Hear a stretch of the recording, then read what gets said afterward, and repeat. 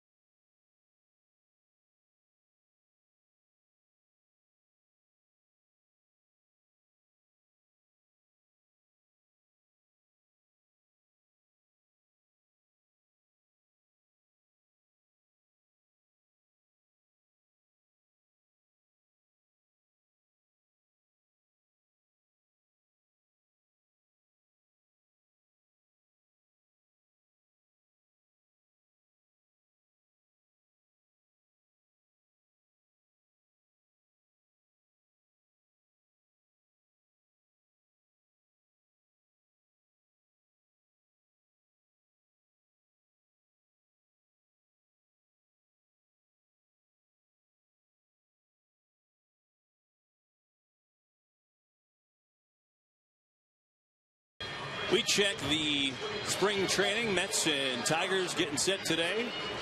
Breezy day. We check the Tigers starting lineup. Jimmy Leland's bunch brought to you by Toyota. They have some heavy hitters at this game that they travel from Lakeland. About 2.5-hour drive. Miguel Cabrera, Victor Martinez, Alex Avila, the starting catcher. And Omar Infante.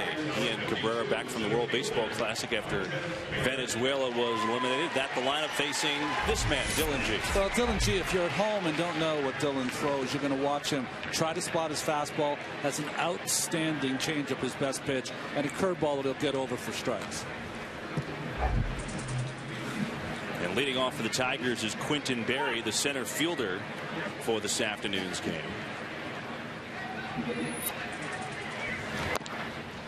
And we're underway with a ball from G. Berry played very well for these Tigers last year. 258, 21 steals, terrific outfielder with good speed. After Austin Jackson got hurt, he came on and really did a great job out there.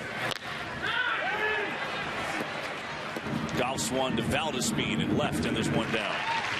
They kind of appropriate is look at the Lexus Mets defense by G. The Valdes Speen got the first ball and left and made the play. Then Decker, outstanding outfielder in center field. Baxter and right. Zach Lutz at third base. Right, of course, the World Baseball Classic. Tejada, Turner, Davis around the infield, and Anthony Recker doing the catching today. Matt Den Decker in center. He's been outstanding defensively. Mike Baxter getting the nod in right. Bird is the DH this afternoon. Andy Dirks the batter. And he takes strike one on the corner from G. Dirks, 27-year-old, real good offensive season last year. Hit .322 with a .370 on base, and he's having a good spring too. His breaking ball misses. Mets went into Detroit, sorry Kevin, a couple of years ago, and Andy Dirks came off the bench, had a couple of home runs in that series that the Mets hit 2 grand slams. Well, he's going to be their left fielder, Ronnie. I think the Tigers would like to have a righty alternative, not only to hit against the tough lefties, but also just to. I'm not sure if Dirks can play 160 games. Hasn't done that yet. Well, the writing was on the wall for Brendan Bosch, who was just released by the Tigers. When Torrey Hunter was signed, he was going to be in a battle with Andy Dirks for left field, and Dirks has won that battle.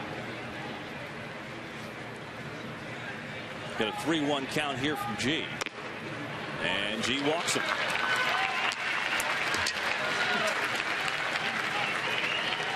First base runner for the Tigers. G's had a good spring so far. The one bugaboo for him in his mind has been the walks. He's worked so far 9 innings, and he's got 5 walks, which is unlike him a little bit. Now the Triple Crown winner, Miguel Cabrera, 29 years old, has become the premier hitter in Major League Baseball. .330 last year, 44 home runs, 139 RBIs. Just absurd as the curveball drops in for a strike. And he, since the trade from the Marlins to the Tigers, Ronnie, has seemingly gotten better every year. I don't say this about many players, but he can't be pitched to. He has not only the physical gifts, the talent, but he also has the intelligence of knowing exactly what the pitcher is trying to do to get him out. G jams him there. And Turner makes the play for the second out. The thing about Cabrera, which was even more impressive, he did that last year when he moved to third base. And they signed Prince Fielder and asked him to move to third base. He didn't make any kind of stink about it whatsoever. He went over there and played a pretty decent third base, actually. Well, he doesn't cover a lot of ground, but everything that's hit to him, he made the play on. And remember, in spring training last year, he had that awful, wicked bad hop that hit him in the eye and ended up causing a lot of stitches. So that might make some fearful, not Miguel. But G gets Cabrera today, at least for the first time around the order. 2 down. Dirks off first with good speed for Victor Martinez, the DH. And that one goes foul. Victor Martinez trying to make a comeback after having microfracture surgery on his knee. Had a bad knee injury that cost him last year. Really, as you see Tui Asasopo, first baseman on deck, really that injury is probably a big reason why they went out and signed Prince Fielder. Well, the thing about Martinez, though, when he is healthy, as good a hitter as you're going to see. Switch hitter 2 seasons ago, had 103 RBI for the Tigers, hit .394 with runners in scoring position. Just a great clutch hitter, always has been. .303 lifetime for Victor Martinez, the former Indian. And he's back healthy this spring. I mean, you can't get a better middle 3 of the order than Miguel Cabrera, Prince Fielder, and Victor Martinez. And there's nothing better than having a DH who's a switch hitter also. I tell you, that is top notch. He misses. It's 1-1. Prince Fielder was actually in the original lineup. He was supposed to make this trip too. Got a flat tire on the way over to Port St. Lucie. That's been used as an excuse here in our booth with our famous Keith Hernandez, but you can only use it once, Kevin. Then it's done. He saved it for a long trip. Well done by Prince. There goes Dirks. Swung on and missed. Recker's throw is airmailed, and Dirks going to stay at second, though, so stolen base to Andy Dirks.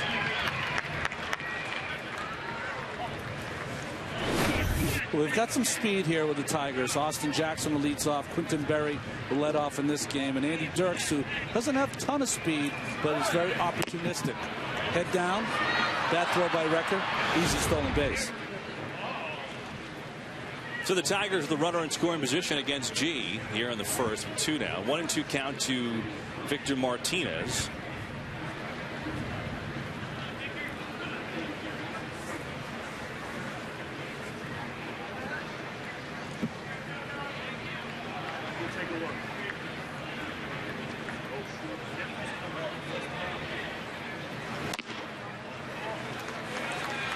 The Mets look today. They've got the home white uniforms on with the Mr. Met batting practice cap. No comment.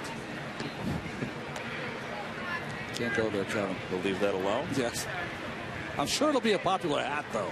I mean, you know, kids and Mets fans alike will love that hat. But, again, no comment. 2-2 to Martinez. Breaking ball escapes G, so the count goes full. It's the difficult part of facing this lineup, and why Victor Martinez has been a perennial kind of 400 on base guy. It's very difficult to get him to swing of the pitch out of the strike zone. Just so patient.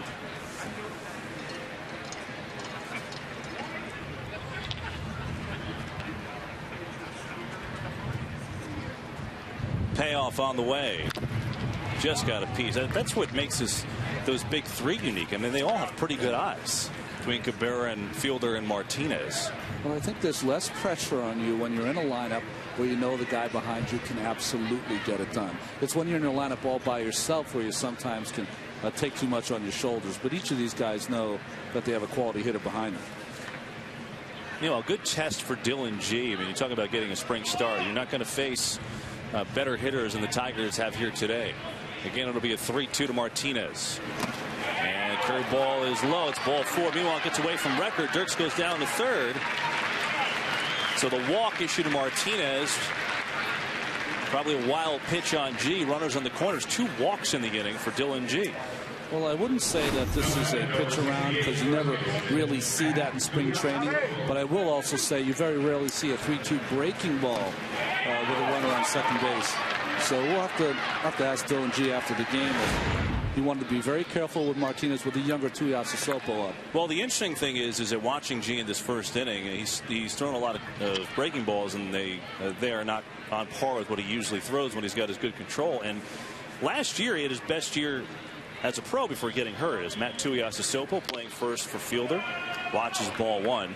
I asked him the difference. He said the difference clearly was my curveball effectiveness. I was able to throw it over for strikes. I was able to throw it earlier in the count. And today it's just not there. Tuiasa Sopo played for the Mets system last year at AAA Buffalo. And he gets drilled. Dylan G's control an issue here. 2 walks and a hit batter. And the Tigers have the bases loaded. Well, certainly not an answer. The Mets pitchers, Tiger pitchers have hit 5 Mets batters in the last couple of times they faced each other, but you're certainly not going to hit someone with a man in first and second. That more illustrates what you're talking about, Kevin. Just his control has been off for Dylan. You're talking about the curveball. That's usually the last thing to come because you need really your arm strength to be almost to 100% before you really are able to snap it off in the strike zone. So at this point, we're getting closer to opening day. A couple weeks to go. As the starting catcher for the Tigers, Alex Avila will be the hitter. Is this a case where, good lineup, geez, let's see how the curveball works, or is it just your normal spring training, get that thing where you want it to be? There's nothing normal once you get to the mid-March. You're starting to really push because probably have 3 starts after this. Gotcha. Bases loaded for Avila. Takes strike 1. Tigers 5th round pick in 08 out of Alabama, University of Alabama. Offensive production dropped a little bit last year. Hit 243 with 9 home runs. Had a terrific 2011 with a 295 clip, 19 home runs for Avila. Tremendously talented catcher. He was an all-star that year, Kevin, you mentioned, and the production dropped off a little last year. Postseason in 2011 was tough for Alex. He was hurt the majority of time, still went out there every game, played hard.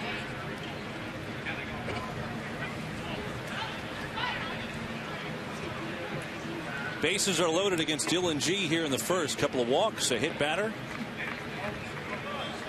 Trying to escape some control issues in this top of the first half.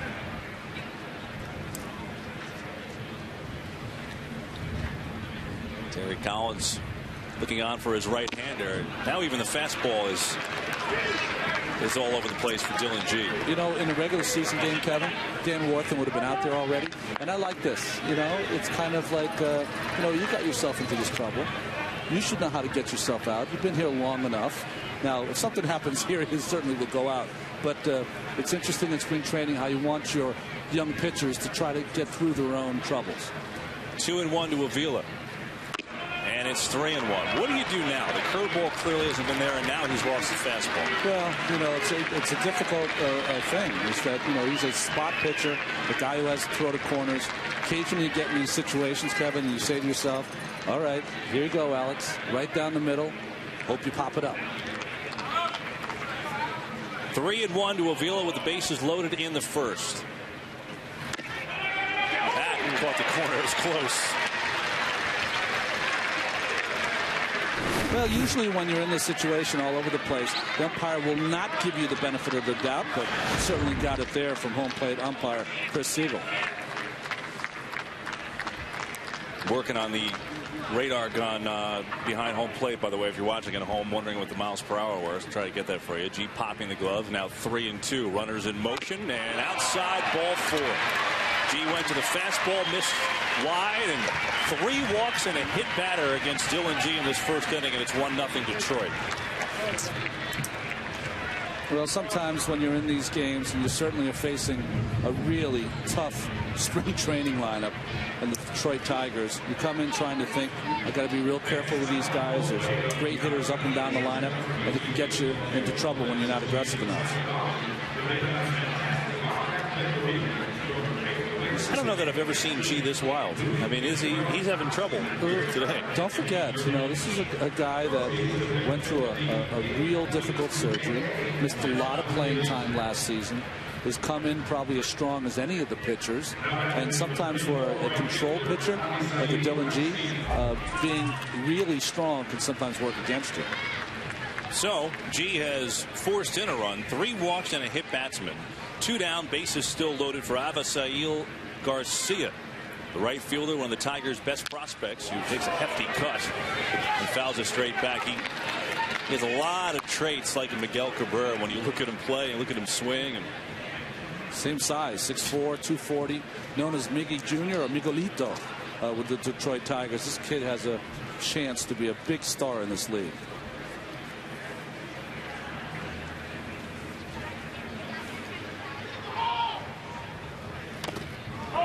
Another one in the dirt. Got a piece.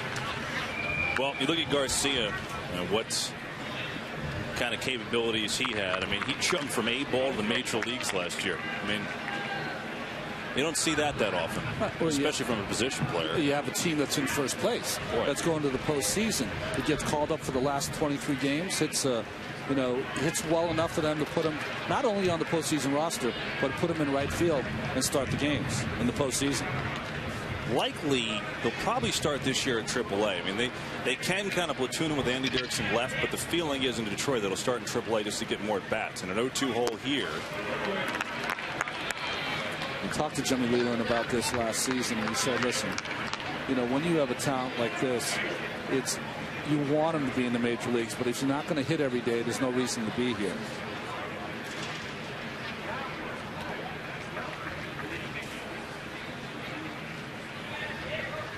And G hits another batter.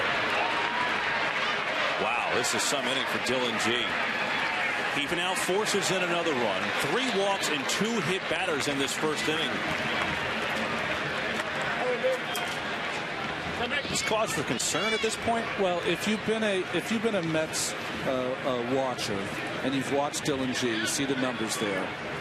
His problem is when he comes into right-handed hitters, What he tries to do, sometimes he comes off the pitch. You really have to bury your head and your arm to go right inside that corner and be aggressive. What happens, he comes off the pitch and he has a lot of run. So that ball that starts inside just chases that right-handed hitter. That's why so many hit batters. Meanwhile, the Tigers have their 8th man at the plate. Mets have warm-up action in the pen already because G has already thrown 28 pitches in this inning.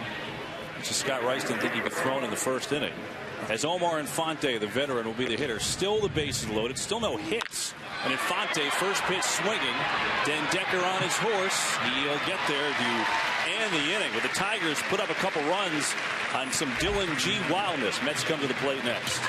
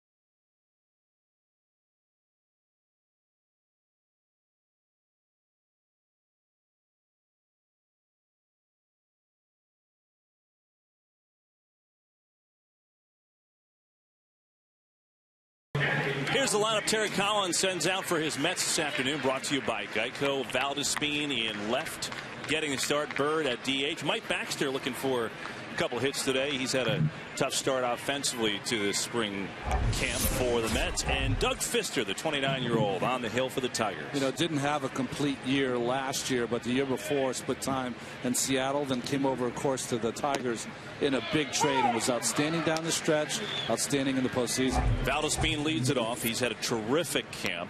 370 clip, 3 home runs, 6 RBIs this spring, and he's put himself in position to win an outfield spot on this Mets team. Squares the bunt. Good 1-2. Fister's got to hurry. Can't get there. Valdespin that time wearing a cup on the bunt, and he got it down on the ground, and he's got a base hit. Of course, for those of you who missed that story, we should probably fill them in.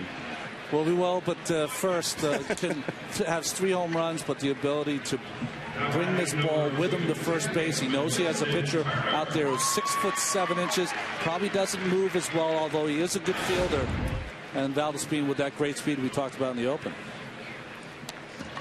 Justin Turner now the batter against Fister. Well, I mentioned the cup. Jordani Valdespin had a very unfortunate incident the other day in Lakeland against Detroit, and Justin Verlander squared around a bunt, and a fastball came in a very uncomfortable area and got him, and he was not wearing a cup. Ronnie, you played this game. Have you ever heard of an infielder not wearing a cup before? Is that normal? Well, you know what's interesting is that I played football in college, and no one in college, and there's the pitch. That's not good. It's not even right for us to show that shot. But that's really not. You know, I played college football, and no one wears a cup in football, which seems kind of strange, right? But when you look at baseball, you'd be surprised at how many guys don't wear a cup. Most outfielders, the guys usually don't see, but usually if you're in the infield, and Valdespin came up as an infielder, that's just part of your gear. You know, I likened it to You know, when I was a kid at 7 years old, I had to wear glasses for the first time. And I hated wearing glasses. But then it becomes part of your everyday gear. That's the same thing with a protective cup, is that it's uncomfortable to start with, of course, but just part of you. Also, the first time in my broadcasting career I've talked about protective cups in the first inning of a broadcast. I've been interviewed a half dozen times by people who want to know about a protective cup, so I've made fun of it. It's been a fun thing. Well, Valdespin had fun with it, too, and he has changed his ways, and he is wearing one from now on. Good news is he's okay. Turner to third, and Cabrera will throw him out. Valdespin on down to second. Well, the Ford Tigers defense. Andy Dirks left field. We talked about him winning the job. Quinton Berry in center. Garcia in right. Cabrera outstanding last year and so durable. Danny Worth at short. Infante at second. Tuiasa Sopo at first base. And Avila behind the plate.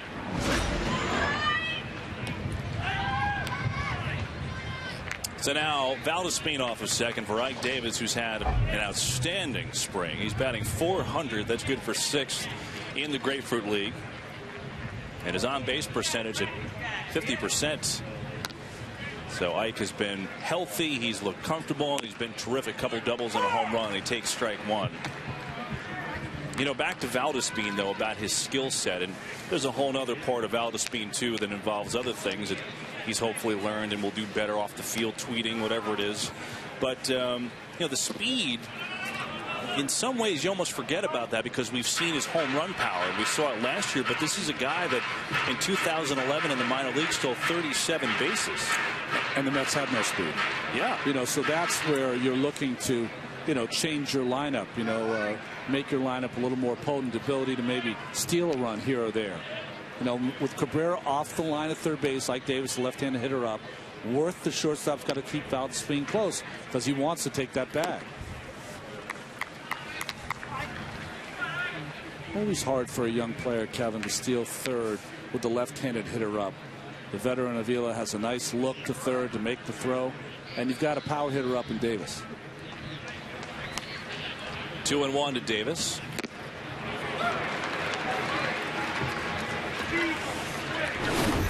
Well, Pfister has a long arm action, and that ball kind of, you can see, surprised Ike Davis as it beat him to the outside corner. Pfister's huge. He's 6'8". So that ball is coming from way up there. 2-2 to Davis. Oh, nice stop by Avila. The only person I can equate Doug Pfister to maybe is Jared Weaver for the Los Angeles Angels. That same kind of long arm action. Tux really has a nice compact motion for a 6'8" pitcher, and a good fall through and a great strike thrower.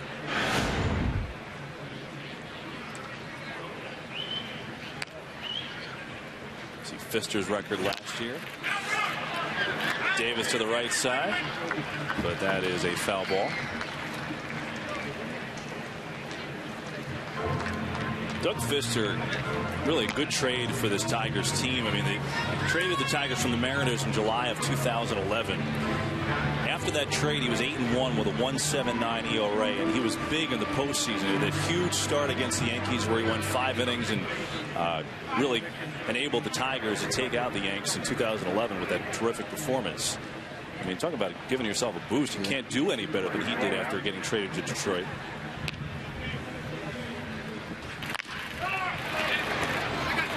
Tuiasa Sopo deals to Pfister, and there's 2 away as Valdespin goes on down to third. I forget what season it was in the 80s, but the Tigers made a great trade with the Braves and got Doyle Alexander, who I think went 10-1 down the stretch. So Pfister's in that category, right? Although they didn't have to give up John Smoltz for Doyle Alexander. They did not.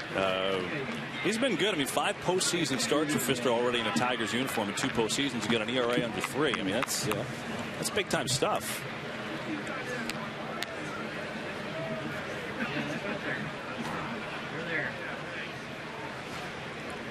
So a 2-out RBI opportunity for Marlon Byrd, who takes ball 1. Byrd has also had a good spring. 370 is the average. Maybe the only thing that Byrd hasn't done this spring that I'm sure the Mets would like to see is walk. He doesn't have a walk this spring. And you say, so what if he's hitting 370? Well, he's not going to hit 370 during the year. I think the problem you have, Kevin, is this Bird rockets one in the Met dugout. Someone was late to get out of there. You know, when you are in the dugout and on the railing and the ball comes from the right-handed hitter toward the third base dugout, a lot of guys aren't paying attention, and maybe it cost someone there. It's Neuenhuis. I don't know if it got him or not. Yeah, Hefner there too. Oh, it got him. At least put him down sitting, so it got him. It ricochets in there off the top of the roof, so it rattles around in there for a while. Well, you're right. That's a weird angle. I mean, you supremely have to turn on the ball to get it to that angle with a righty up. You know, you're talking about Bird and his walks. You know, Kevin, one of the things that's difficult to gauge in spring training like this for Bird is that it's hard to come into spring training trying to win a job after you have a lost season and say, you know what, I'm going to walk. You know, sure. You want to come in and impress by getting base hits, and I'm sure that Marlon has been even more aggressive than he usually is. Well, we've seen him aggressive, and one thing we've seen which has been consistent with his career is we see Baxter on deck, because he's been terrific going the other way this spring. 1-2 to him here. Vila's getting his work across the side of his body. You know, you can make the argument that the Mets' two best hitters in spring training have been Valdespin and Bird. Neither of them has a walk. And if you can hit 370 for the year, that's just fine. 370 on base percentages will work. Breaking balls upstairs. Well, and both guys, and interesting that you mentioned those guys, Ronnie, both of them have, you know, been, when camp started, on the bottom of the list, and you could make a case that they both could be starting opening day in this Mets outfield.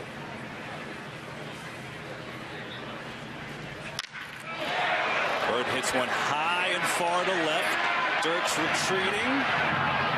And it stays in the park. The wind probably played a factor on that one. So Bird just misses on a home run try. Mets leave Valdespin at third. 2-0 Tigers through one.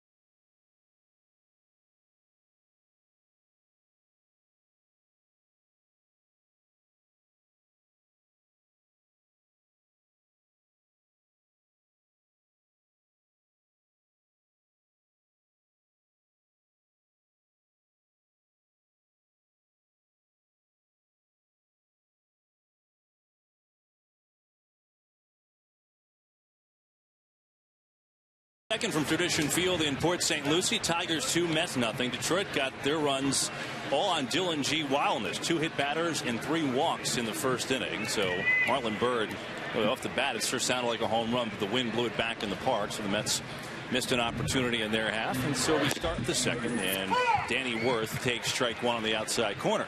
Joining us from the Mets dugout right now is Tommy Goodwin, Mets outfield and first base coach. Tommy, it's Kevin and Ron upstairs. And for you, let's start with the base running.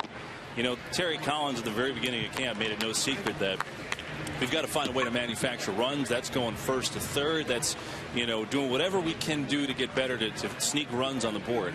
And I remember early in camp, as Worth would give Den Decker a shot in center, but he'll get under for the first out. You know, you were doing some base running drills that were basic fundamentals, cutting the bag, looking at the base, things like that. What are you trying to drill into these guys' heads down here?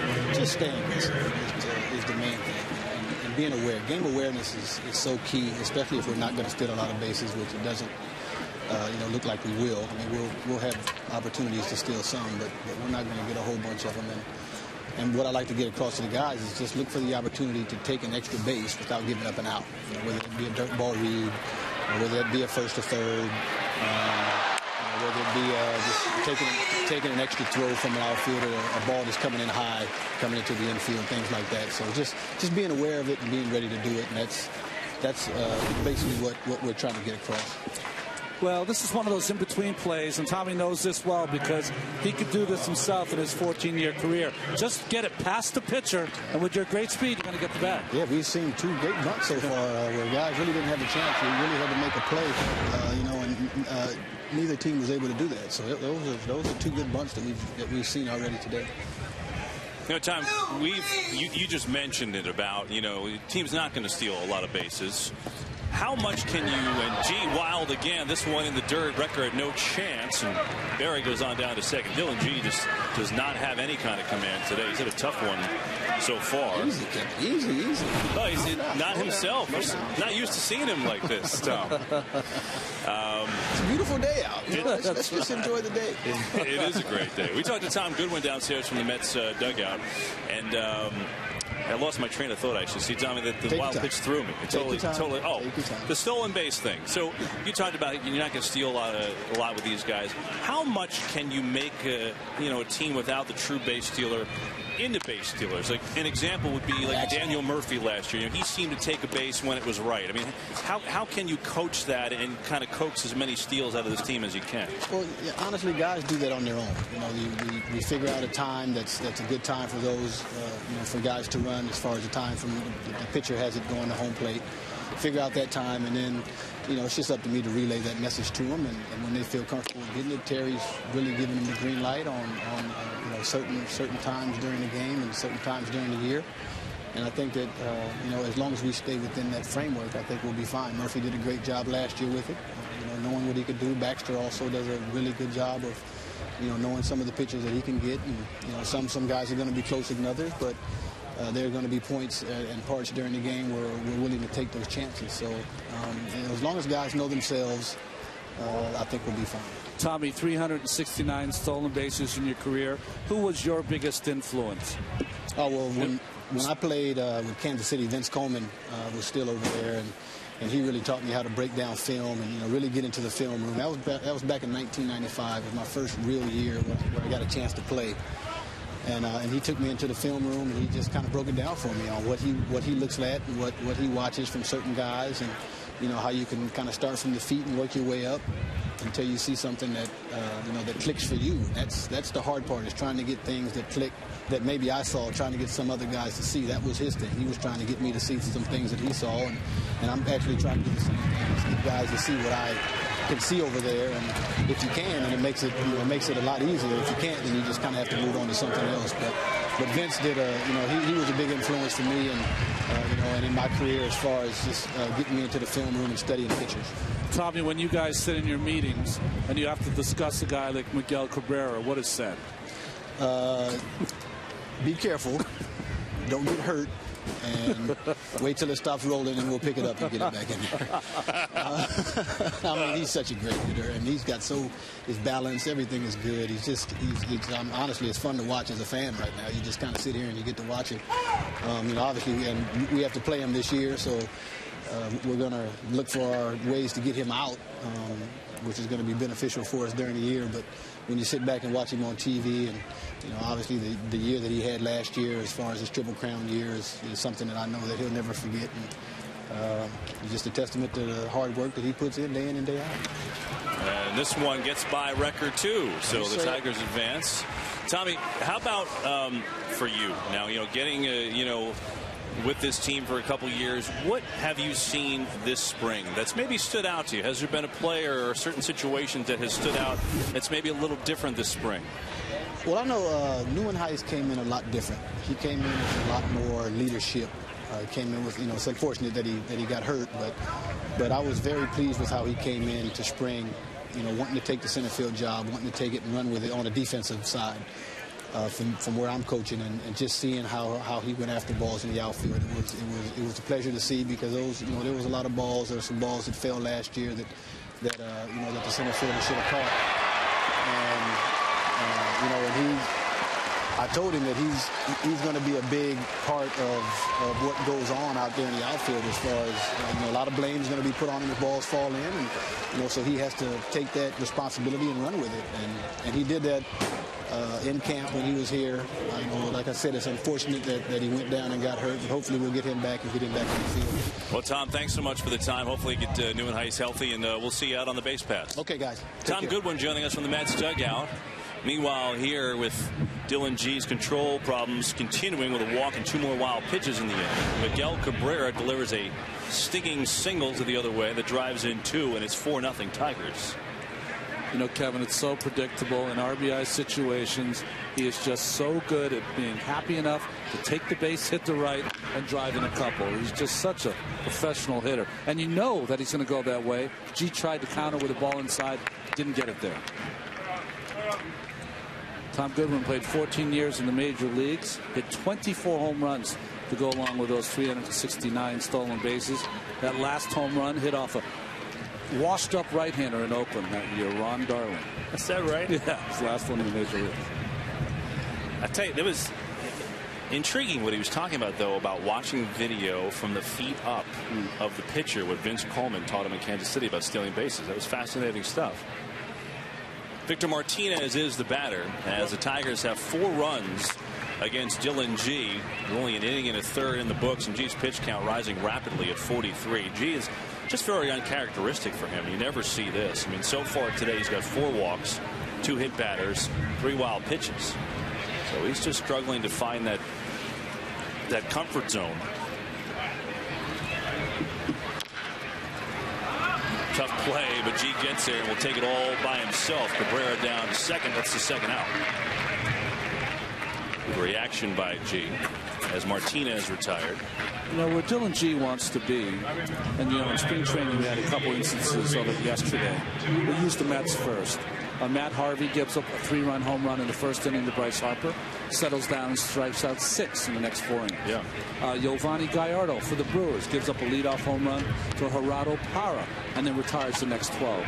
So what happens is you should never allow the first inning or lack of a good first inning to affect what happens in the second, third, and fourth. And it's been a carryover here for Dylan in this game. Tuiasa Sopo, the batter, the first baseman. G just misses there. It's 1-0. When you're in a rut like this, and you clearly don't have your first, second, or third pitches, you don't have the feel. Is there an event that takes place? Do you need like a double play? Do you need a big strikeout to kind of get you back in that groove? What usually tweaks it for you? That is all well and good, Kevin, and you would love to make 1 pitch and get 2 outs, whatever. But really, you're out here to get your work. So obviously, he's having trouble with his control. When you get in these circumstances, it's hard sometimes for young pitchers because you become real competitive, and you're like, I don't want to give up any runs, and you compound the problem as opposed to stepping back and saying, okay, let me just figure this out, slow everything down, make sure I get on top, and keep the ball down. A lot of times pitchers concentrate, I want to throw on the inside corner and the outside corner. Sometimes when you're struggling with control, let's just work on down first, and then we'll start picking the corners. 2-1 to Tuiasa Sopo here, with Cabrera off of second. Miguel with the 2-run single in this inning for the Tigers.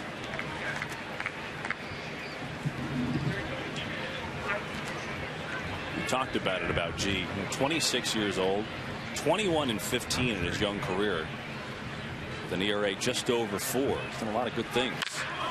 This one is hit a ton. That's going to cut through everything, including the win. 2-run home run for Tuiasa Sopo, and it's 6-0 Detroit.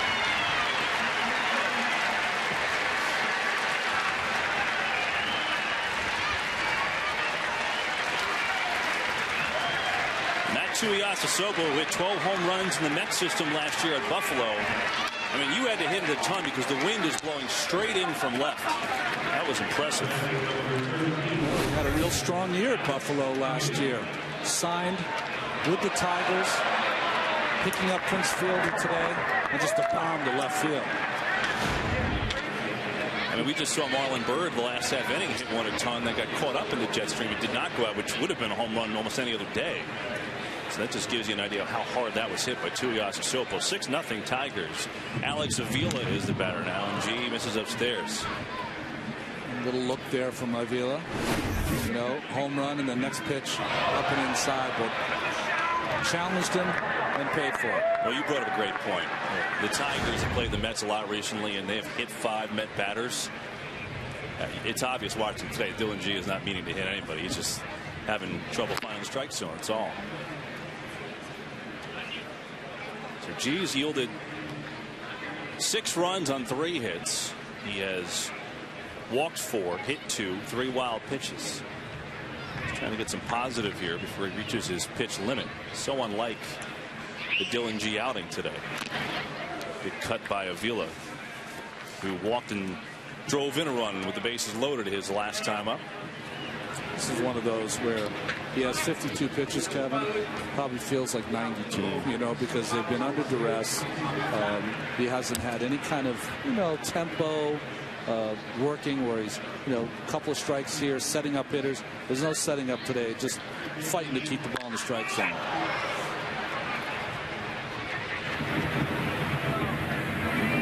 Valdespin makes the play, and the inning is over. But the Tigers put a 4-spot up on the Mets. The exclamation point on the home run by the one-time Matt Tuiasosopo with a line drive 2-run rocket. Tigers 6, Mets nothing here in the second.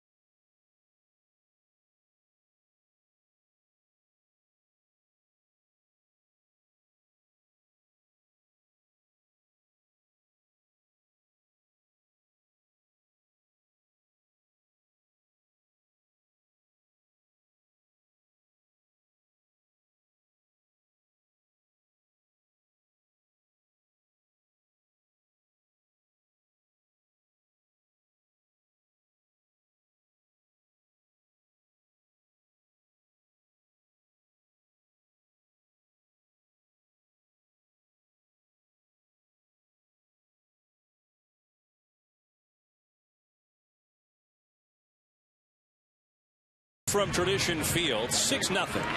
Tigers in front of the Mets as Mike Baxter will lead it off for New York, and Baxter takes low ball 1 from Doug Fister. Good crowd on hand on a fantastic day. 64 degrees and breezy.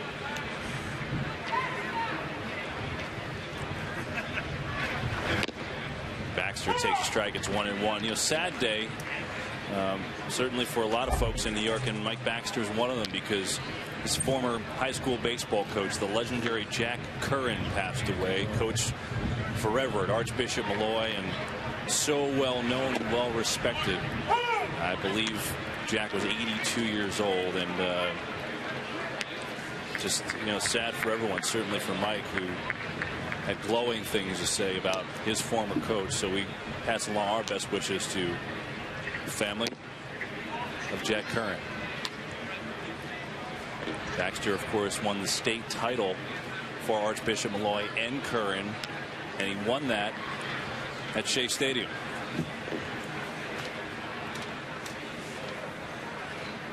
Two to him here. Watches that one low. Baxter looking for a couple of hits. Had a tough spring. 3 for 23, 8 strikeouts for him. Lutz on deck. Baxter had a real good year for the Mets last year. 365 on base, 263 average. Good pinch hitter.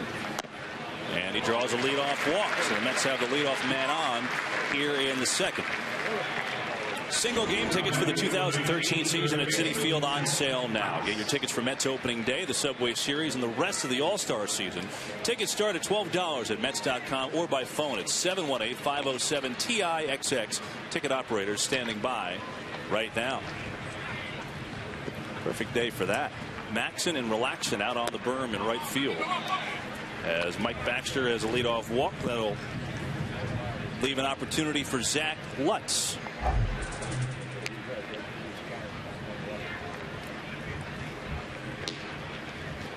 Lutz having a good spring so far at 292, 4 RBIs, playing third base with the absence of Captain America, David Wright, in the World Baseball Classic. David has been outstanding in that tournament. 10 RBIs already in the 3 games. And Team USA, led by Captain America. I'm sure he's cringing as we say that right now, because it turned out it's a pretty cool nickname. I think it was Matt Vasgersian who said it first on the broadcast. And now it's really taken flight, so much so that, you know, there's David's face on the body of Captain America now all over the internet. But Ronnie, he's been awesome in this tournament so far. Well, first, well played, Matt Vasgersian, if it is your idea. Fantastic. Those 10 RBIs are just one short. Tai Kyun Kim for Korea in 2009 had 11, so David nearing on that. And it's just been, what was his quote? He said, it's really fun hitting in this lineup with, I think Giancarlo Stanton's hit 8th in that lineup. Last time ever that'll happen. That one's going to find a home. Good base running by Baxter. He played that pretty well, and he's on second. So first and second for the Mets with no one out here in the second. Yeah, I think it was Matt who said on the broadcast, and it just like wildfire. Now it is the name. Well, fortunate here for Zach Lutz. Just drops it in. Windy day, of course, is going to knock it down. But, you know, the interesting thing, and the people going to the games, there have been great crowds. And you don't know, I'm not going to get into the argument whether it's a hit or not a hit.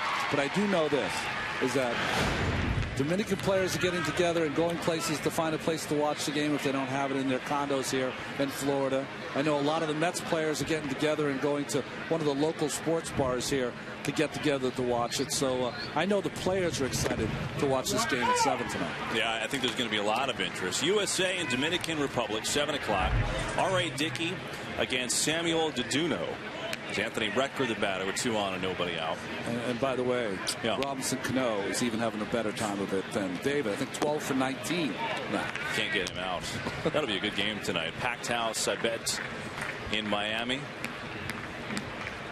Probably the last good crowd they'll see this year at that ballpark. You went there. I did. You did. I mean, come on. They've had issues. They've got under 5,000 season tickets sold. Season tickets sold. It's going to be a problem. Under the glove of Infante at second. Baxter's going to come around and score. And the Mets are on the board at 6-1 Tigers. Boy, Infante is usually like a vacuum over there, but that one eluded him. Well, that's one of those plays that a middle infielder is trying to turn to before he catches the baseball.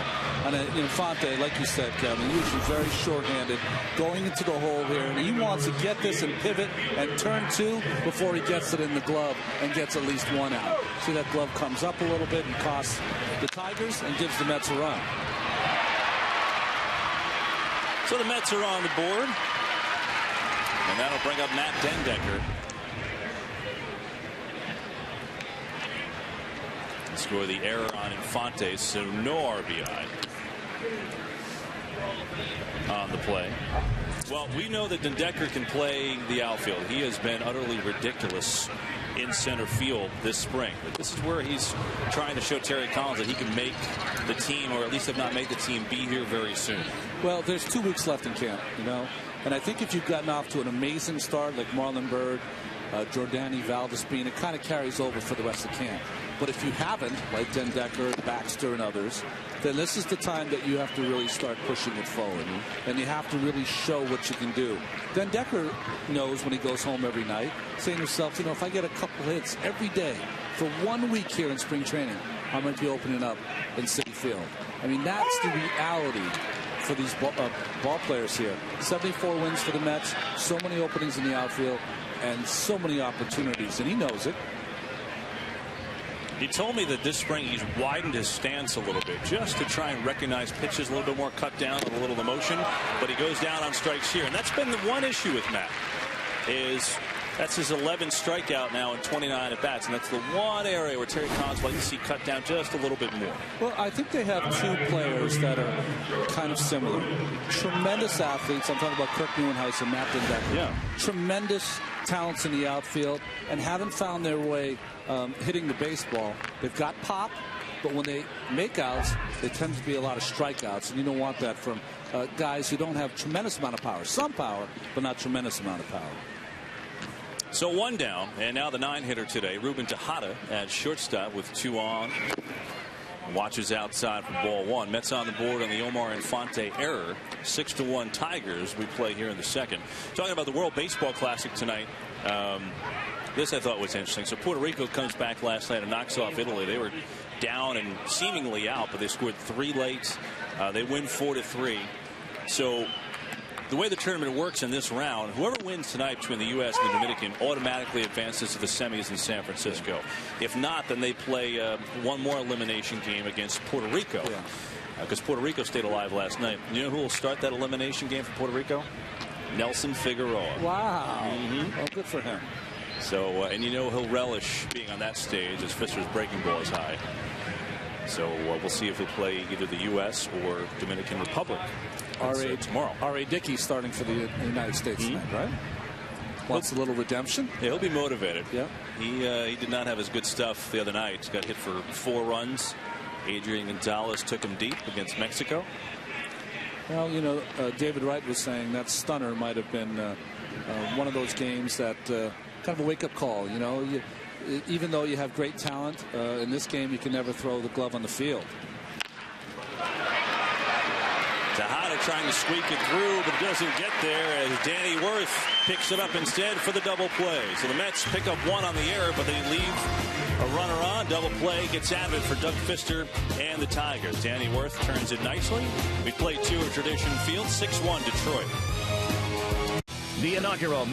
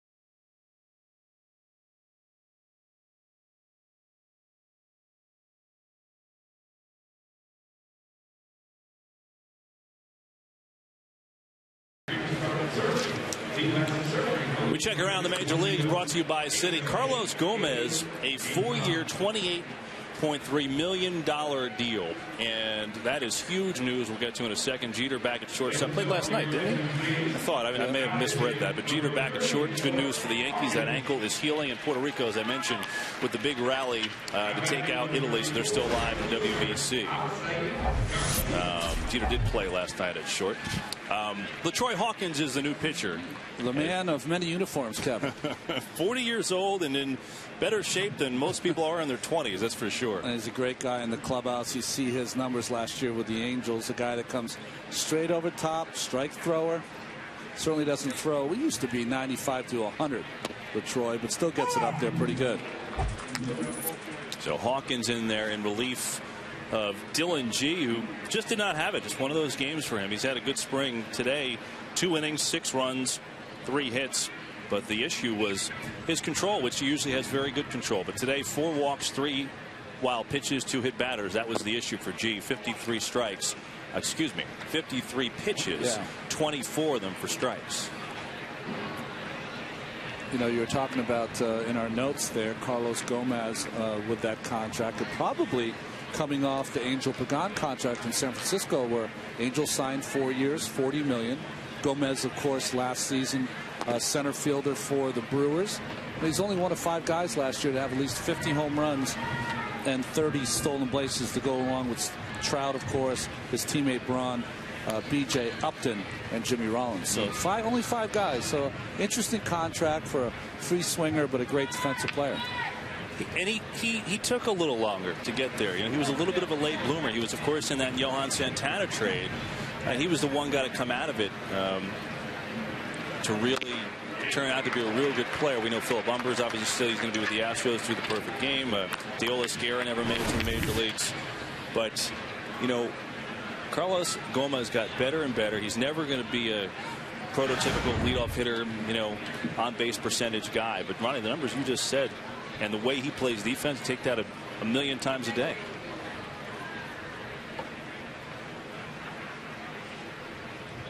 2-2 to Garcia as Hawkins works his first batter. Meanwhile, it's interesting, right, how different teams look around and how certain guys fit certain teams' molds, right? I mean, today, the way the Mets are structured, Carlos Gomez probably wouldn't fit the way this team is being built right now because of his approach at the plate. But he's an uber talent, and the Brewers happy to scoop him up and keep him in Milwaukee as Tejada will throw out Garcia. Hawkins has his first out. Well, you could even look in this game. Trias Sopo last season with the Mets all year, had a solid year at Buffalo.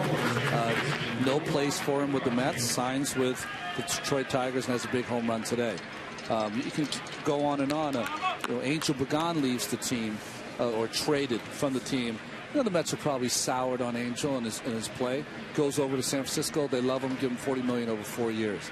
The Mets had Andres Torres and Ramon Ramirez last year. Did not work out. San Francisco couldn't wait to bring him back. So, you know, it's interesting how some guys thrive in different atmospheres and don't thrive in others. Well, the Ramirez thing was puzzling. I mean, he was a stud in San Francisco, and nothing worked for him last year. So I'm curious to see if he goes back to familiar setting, if he kind of regains his form. As Omar Infante, by the way, is the hitter. Mets scored on the rare Infante error in the last half. Talk about making a good trade. The Tigers getting Anibal Sanchez and Omar Infante from the Marlins last year was a terrific move by Dave Dombrowski. Dave Dombrowski has been the top of the food chain for a long time. You know, Montreal earlier and then Detroit for such a long time now. We forget how long he's been there and been the architect of not only putting teams together, making opportunistic trades, but also having the ability to have an owner say, you know what, we need Prince Fielder. We need to have him here, and giving him an amazing contract, and Prince Fielder living up to every bit of that contract. Really, so much of baseball is, you know, guys are going to get rewarded when you get to a certain level and you're a free agent, you're going to get that big deal. And when you think about it, how many players, as a 3-1 to Infante, chance for Lutz, he can't get it. Tejada can't make the play. Good effort by Tejada. But Infante's on with an infield single. I mean, how many players, when you get a contract, you know, like a $200 million contract like the one that Fielder got, the Cabrera contract, the Verlander contract, how many players can actually live up to the money? And all three of those guys so far have lived up to the money. I mean, that's a rare thing to say, I think. Well, think about it this way. It's very rare to, I mean, I think it's very difficult to live up to the money. Sure. You know, I mean, what makes a $20 million player? I don't know. And, you know, that means you got to, you know, win 25 games every year. That's probably not going to happen. Hit 350 every year. That's probably not going to happen. But what you're paying for is that you want a consistency of performance. So within your team, you can say, you know what? I don't have to worry about Miguel Cabrera. He's going to get his. I don't have to worry about Prince Fielder. He's going to get his. You know, with the Mets, David Wright, who just recently signed a big contract, they know he's going to get his. But they've also, conversely, and it's nice to see Jason Bay getting off to a strong start in spring training. You know, they've had guys that they've signed a long-term contracts that has not worked. So that, I think, is the most difficult thing, is really working with young players to get them better, making sure they play a big part in your organization. And when you do sign for big money these free agents, that they have to come through and play well for you for, you know, a big part of the contract. Sure, sure. And your point well taken about, you know, doing the other things too, clubhouse, media, whatever it takes, is it's 0-2 to Danny Worth. But, you know, some could make the argument, well, it's only worth it if you go and win the World Series. You know, there's extremes to the argument that you're going to take it. Listen, the Tigers lost to the Rangers last season in the American League Championship Series. They lost to San Francisco in the World Series last year. You're telling me you wouldn't want to be a part of the Detroit Tigers or want to root for the Detroit Tigers? They are one of the premier teams out there. It's just that there's only one team out of 30 that gets the win. So you can't, I think you can't look at their year and say it wasn't a good year. I think it was a fantastic year. They just came up a little short. I think when you're consistently contending and in the playoffs like the Tigers are, that's your payback. That's the bottom line. You need everything to work to win the World Series. And I think that you can't forget, you know, 2 years in a row, they went through the Yankees, and very few teams do that. And that's something to be commended for, because, you know, the Yankees are so tough. And they also, you know, I want to say I read this in Baseball America, which was a very good point. You know, consider this with the Tigers. Certainly success, as Hawkins just missed with the fastball trying to get Worth biting. Success certainly sells tickets, okay? But when you consider where the Tigers play, and you could argue maybe the hardest hit area by the recession when it hit with Cardinals and everything in the country, they still drew, what, over 3 million fans last year, and that says something too. So it's all one big cycle. Well, you know, we see this all over. I mean, what is probably the premier franchise to be a part of right now, and certainly World Championships have a lot to do with it, but where they're going to, you know, run the World Baseball Classic through in San Francisco. I mean, that team just got it going. The Red Sox have had their run. You know, perennially the Yankees always do.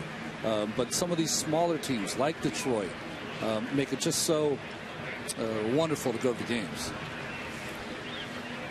Jim Leyland, of course, big reason why these Tigers are successful. Hawkins has a 1-2 to Worth. And Recker's been busy today. Blocks that one, though, so he'll keep Infante at first. I always look at it this way, Kevin. When you go to a ball game and you're a fan, who am I going to watch today? So you know what? It's Sunday. It's a day game in Detroit. Verlander's pitching. Cabrera's playing third. Fielder's playing first. Austin Jackson in center field. On and on and on. That's, you know, what a fan wants to see. It's a great park, too, Comerica Park. Yeah. There goes Infante. Pitch outside. Recker had no shot. Infante got a good jump. Stolen base. Omar Infante. Well, Recker couldn't even throw it, and I think what happened is LaTroy got locked in on throwing a strike or throwing a pitch there, and never paid any mind to Infante, the veteran who takes the bag. So Hawkins has the count full against Danny Worth with one down here in the third. 6-1 Tigers over the Mets. Dylan G started, went 2 innings, allowed all 6. Now Hawkins trying to keep the Tigers off the board.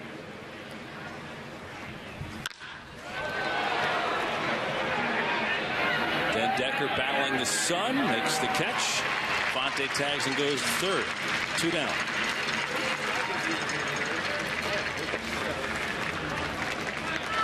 Well, LaTroy Hawkins trying to make this team. He's on a minor league deal, and just talking about a veteran knowing his body. He got a late start. Didn't get into games until March when he got in a B game in Jupiter because he kind of knows his time clock by now. And LaTroy at this point, you'd have to think, has the edge for what he's done in his career, and he's been already a good presence in that clubhouse, but still has to earn a job. Can't go out and have a horrible spring and make it. You would think when this team breaks camp, LaTroy Hawkins would be on the club on April 1st. Well, the interesting comment I heard coming out of Dan Worthen and Terry Collins is that everything being equal, they're going to look at the back of the baseball card, and guys who've had success year in and year out are going to have the opportunity over the guys that are the unknowns. And, that is one theory to how to do it, because judging in spring training can be very difficult. Hawkins, athletic off the mound, makes the easy play. Berry retired. He keeps the Tigers off the board. They leave Infante on the bases, lead at 6-1.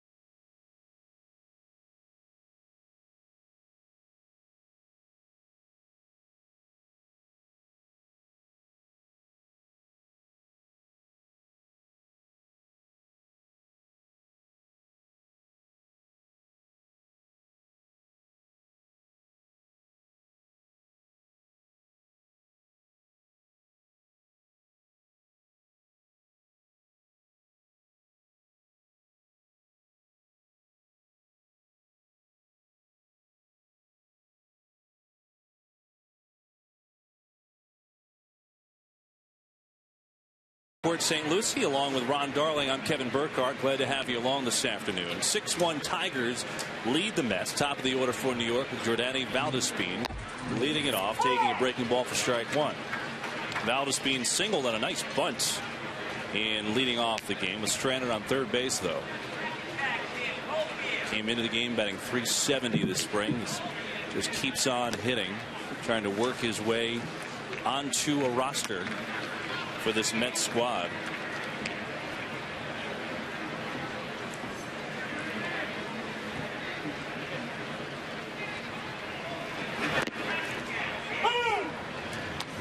Valdespin is an interesting, and I mentioned him in the open, trying to quantify these young Mets outfielders. And Valdespin, we can put him in that place even though he came up as an infielder. We say all the time, he can field. Will he hit in the major leagues? Well, this young man, you feel, is going to be hit first. Has a good eye. We said he didn't have a lot of walks, but he's a guy that in time I think is going to generate a lot of base on balls, and you just can't teach the pop that he has in his bat. The ball comes off a little different.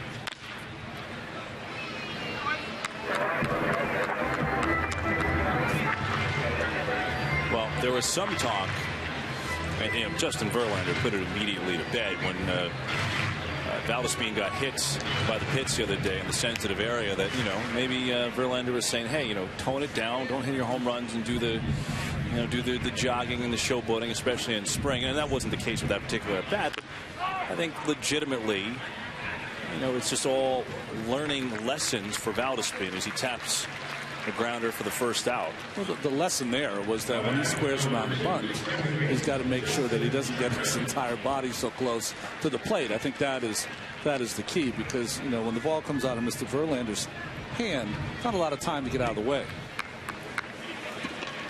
But it is hard to ignore his pure talent and athleticism and the things that come so easily. And quite frankly, for a natural infielder, the fact that he was thrown in the outfield with very little experience last year at the major league level and handled himself completely fine also says something. It's Justin Turner, the batter.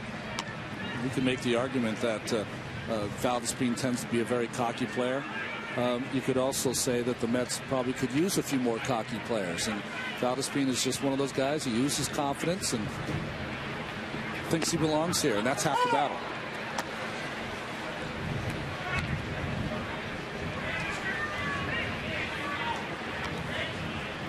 Turner grounded out to third, his first at bat, excuse me, of today. Oh, wow. Good reaction by Pfister to make the grab. Well, we talked about it before, 6'8", but an outstanding fielder. But sometimes as a pitcher, you're lucky. The ball finds the glove, you don't really catch it. So he falls through the first base side. It just brings his glove, his body, and everything right where the ball from Turner is hit. So being a guy that is out there 60 feet 6 inches, some of those catch you. You don't catch them. Nothing's more irritating to a hitter, by the way. Turner just kind of flipped the bat that time. So 2 down, bases empty for Ike Davis. He grounded out to first base, his first at bat against Pfister. Davis gets into one to right. Is he going to carry far enough? No. Avisail Garcia makes the grab on the track, and the Mets are down 1-2-3 in the third. I once won a bunny.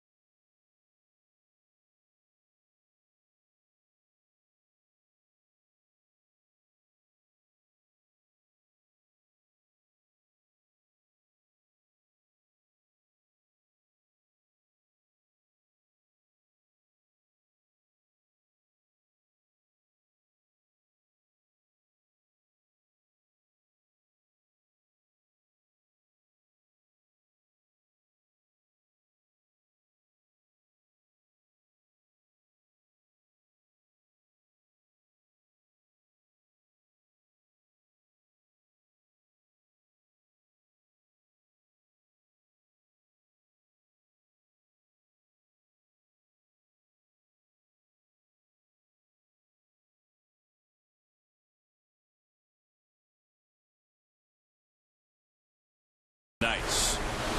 Spring training, we're not on that boat, it would be a whole different field out here. That's for sure. I wonder if the spinner sharks are still all out in the ocean. That's right. That they shut down a ton of beaches last week with these sharks migrating. I don't know if they're still there. I don't think so. My children are down here, as you can see the berm here, and they had to go to the beach. It's been so windy because the proverbial person from the north got to go to the beach because you can't go home without either being burnt or some kind of a tan. My issue, if you go to the beach with a winter coat, it's not really the same. That's right. Josh Edgin, the third Met pitch of the day, as Andy Dirk squares one to bunt. Instead gives a souvenir to a Mets fan as Edgin coming on to his 6th appearance so far. Well, Edgins has been good, not great. He's had some control issues himself. Those 9 base hits are a lot for a guy that has the stuff that Edgin has had. But, you know, early in spring, now the time to start to turn it on. Dirks lifting a slider to left center, and looked like Valdespin and Den Decker had a little lack of communication there, but Den Decker puts it away. Well, if we see that again, are we going to see that again? Okay, guys, it's important to watch here. See Den Decker gets a good jump. See Valdespin, do not do that. Do not run in front of your center fielder. You give way, you run behind him. Nothing more disconcerting to a center fielder than your left fielder running in front of you, but that's just inexperience. Yeah, I mean, so Den Decker's looking at the sun, and then you got somebody to cut in and give you a little shadow there. But those are the things that guy who hasn't played much outfield will hopefully learn. So 1 away, and Miguel Cabrera has his 3rd at bat, had a stinging opposite field 2-run single his last time up against Dylan G. Cabrera, just a freak of nature. Triple Crown winner, MVP. It's pretty good when you're first in just about everything. Yeah, what happened with the on-base percentage, Miguel? Let's go. Turn it up a notch. Good test for Edgin, that's for sure. I happened to be 7 years old in 1967 and watched that September of Carl Yastrzemski. It was one of the greatest joys of my life. It seemed like every single day he got a big hit in the last Triple Crown. You know, imagine following that every day. You know, I mean, we've had the fortune to, even though the Mets haven't been a playoff team the last couple of years, to get the Jose Reyes following the batting title. R.A. Dickey chasing 20 wins and a Cy Young. There's been personal milestones, and it's been pretty neat to be along for the ride. Imagine being along for that ride. He's just dominating every single thing known to man. Well, in this day and age where everyone is, you know, you want to watch the film and make sure you're doing this or that right. I think Tom Goodwin said it best. We had him on earlier, one of the Mets coaches. Great balance, great understanding on how to get hits. Which Cabrera just continues to get those. 2 for 3 this afternoon for Miguel Cabrera. And you know what? This fastball just beat him inside, but he's so strong, he's still able to hit a line drive. If he's a little quicker, and he probably is a little quicker once we start in April and May, that ball's 500 feet. But he got up the bat a little bit, but still a hard line drive to left center.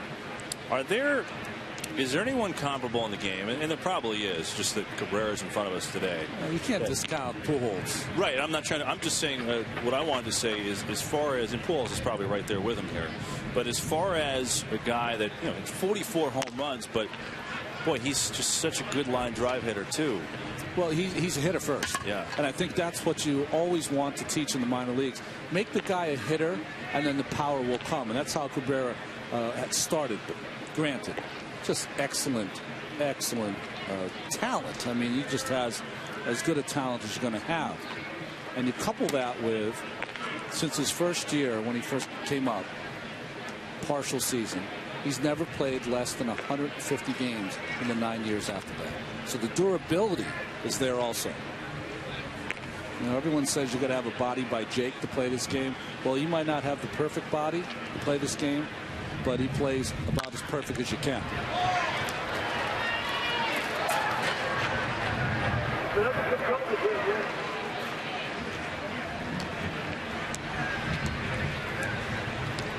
Two and one to Victor Martinez with Cabrera off of first. One down in the 4th against Josh Edgin. Dwayne Belo, lefty warming for the Tigers. He'll be in relief of Doug Fister next.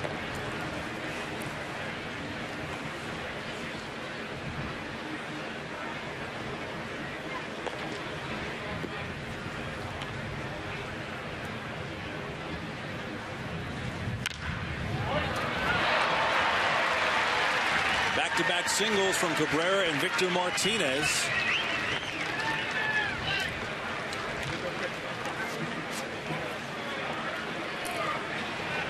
Tigers middle of the order in season form. Matt Tuiasosopo, who delivered a stinging 2-run home run.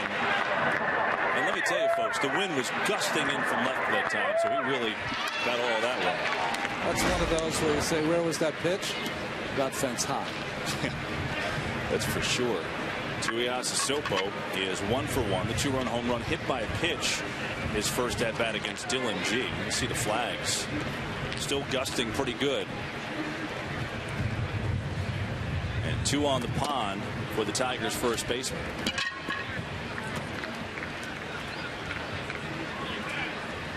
Tuiasosopo, originally a 3rd-round pick of the Mariners back in 2004.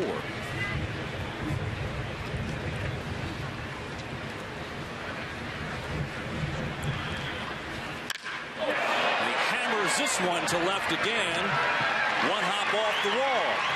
Cabrera will score. Martinez the 3rd. Matt Tuiasosopo has hit 2 baseballs as hard as he could possibly hit him. He's got an RBI double. 7-1 Tigers.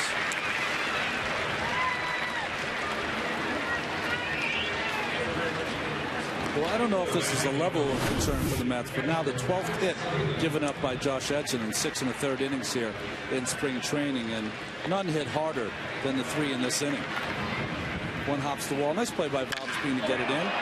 No, it's going to be hit straight away. Cabrera scores. And Victor Martinez on the rejuvenated wheel going 1st to 3rd. Well, that's a powerful swing. It's body-wise like Mike Morse a little bit, doesn't it? It does. Alex Avila, the starting catcher, with runners on 2nd and 3rd now. Tigers have 7 runs on the board on 7 hits. They took some advantage of Dylan G's wildness in the early going, but now the bats have come alive. Tuiasosopo has got a home run, a double, and 3 RBIs. Avila has 0 for 1. Flew out to left field his last time up. Had an RBI and a bases-loaded walk in the 1st inning.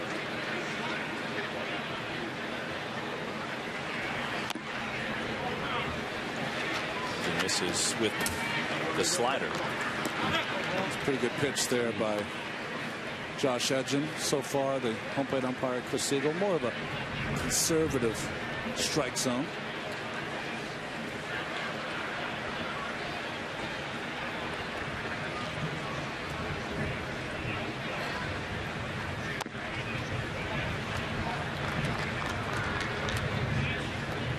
By the way, we were in a pretty good discussion last inning about teams and philosophies while we watched LaTroy Hawkins.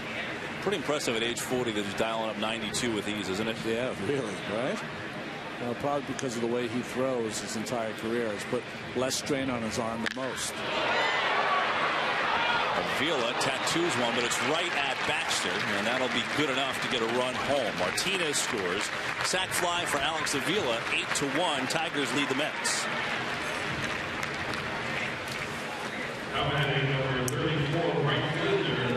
Well, you think in spring training you're going to get a freebie, 3-0?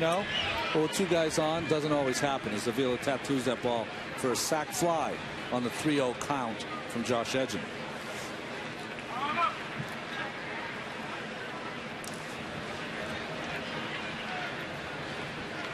The Tigers offense is heating up now. Josh Edson in this inning has given up 3 base hits, 2 runs. Avisail Garcia now. Fair ball for Lux. And a throw got Ike in the baseline. He couldn't hold on.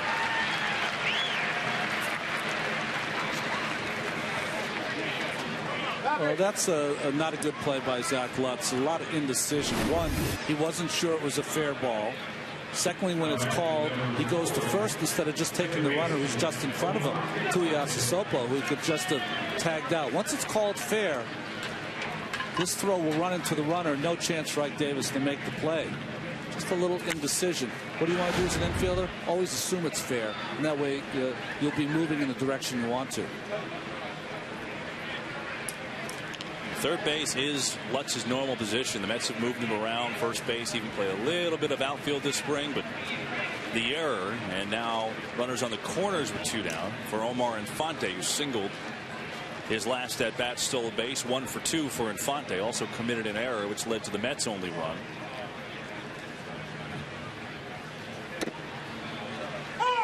Edgin deals strike one.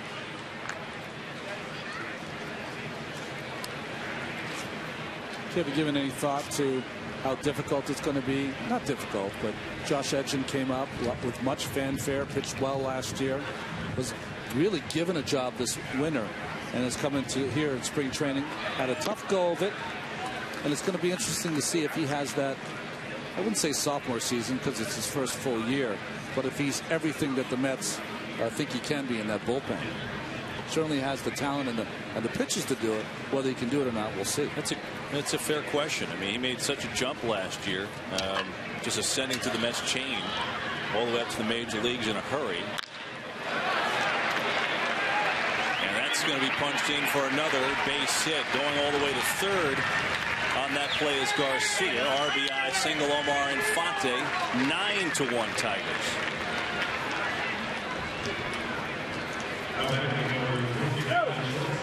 So the error by Lutz keeps the inning going, and the Tigers putting on a clinic offensively now.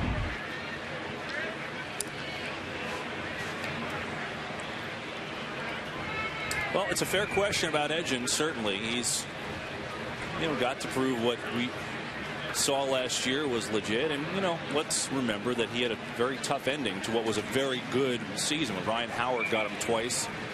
Last 2 days against the Phillies. Last day was a grand slam, I believe, right? And believe me, Josh was ticked off about it this spring, and he had the attitude, hey, I want to get back out there and get him again. Tough inning for him here. Tigers have 3 on the board, one of them aided by the Zach Lutz error. That's not very hard if you are a thinking man. If you're a left-handed reliever in the National League East, who are you going to be facing? Chase Utley and Ryan Howard, Adam LaRoche and Bryce Harper. I know I'm forgetting a few. Freddie Freeman you're going to face, and Jason Hayward, on and on and on. Well, Pedro Feliciano should be on the team just to face Chase Utley. Even wherever he is, he should be called on just to face Chase Utley. But yeah, there's no shortage of big-time lefty bats in the NL East. Those are the guys you're going to have to go through. So you're going to have to get in your mind that I'm going to get them more often than they're going to get me. Well, the reason why Edgin showed you that he's special last year because he isn't just a lefty guy. He can get both righties and lefties out. Here he gets Worth to pop up, which should end the inning. Tejada calls, catches, and the inning is over. Tigers will add 3 more on the Mets. Lead at 9-1.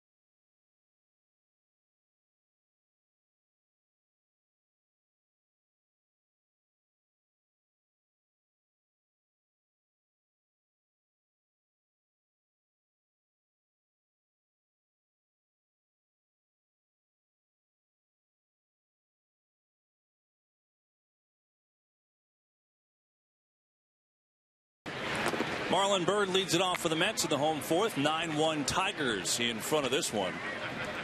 That's looking to make up some ground.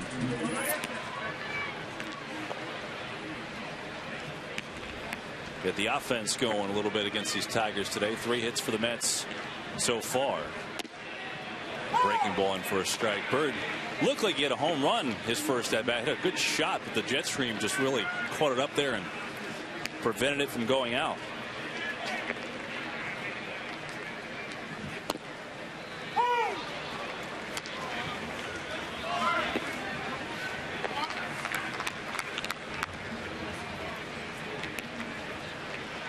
Doug Fister, originally the Mariners' 7th round draft pick in 2006 out of Fresno State.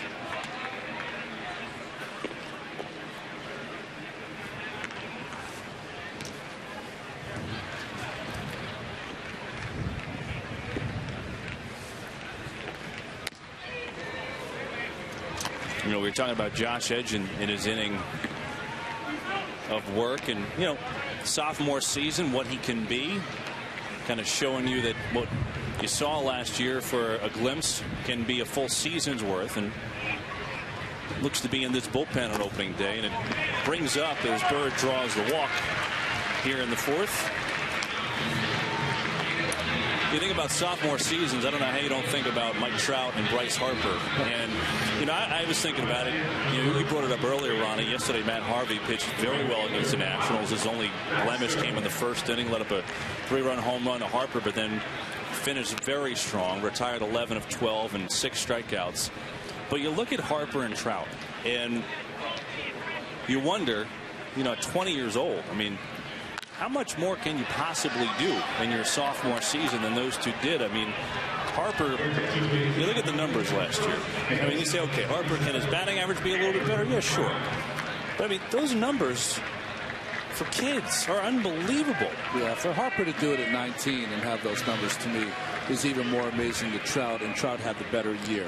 The big thing about Trout is that Los Angeles Angels team was really reeling at that point. Albert Pujols has gotten off to a slow start. They needed someone to come in and help them light a fire. And certainly to have a young player like Trout come and do that was very impressive to me. Baxter watches strike 3. So Mike Baxter, a strikeout victim.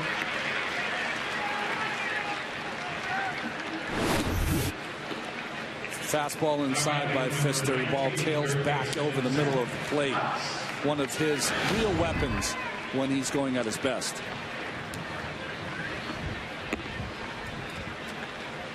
Yeah, you're right. Trout did really give that, you know, that added punch to the Angels when they needed it. And for Harper, I mean, I don't know what else you can do. Come up stealing home, and just the energy that he played with annoyed some, like a Cole Hamels, but you know, getting the chance to watch him play like we did, Ronnie, it was energizing to watch him. I don't know how that doesn't rub off on you if you're a teammate of his. Plus, with the injury to Worth, he was asked to play center field, right field, to be in left field this year. The ability to not even think about it and excel wherever he's asked to play. He batted leadoff, he batted second, he batted down in the lineup.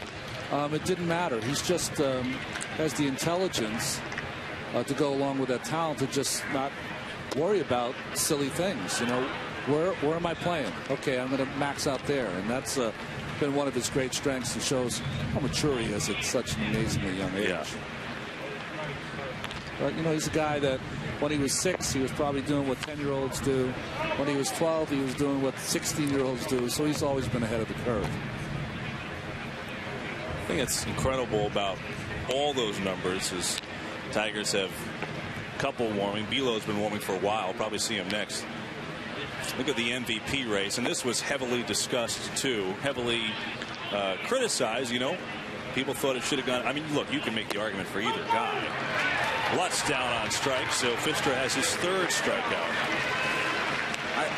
The great part about it, shows what kind of year Trout had, is that a Triple Crown winner could be argued against that he wasn't the MVP. So it shows you what a great year Mike had. And I mean, I was on the side of Cabrera. I thought he should win it. But boy, Trout 1A. I agree. I didn't have a vote, but I agree. But the thing about Trout, as Record, the batter, takes strike 1. Anthony reached on Infante's error his first at bat. I mean, 49 steals. And the guy is like Brian Urlacher on the bases. He's huge. He's a big guy, and, he put on more muscle this spring too. I think I read that he put on 15 pounds. Man, I mean, that is a specimen. Well, I saw him yesterday hit a triple. I don't know what at bat it was, but he went from home to third like it was nothing. Pfister strikes out the side here in the fourth. Tigers cruising here in Port St. Lucie, 9-1 over the Mets. The inaugural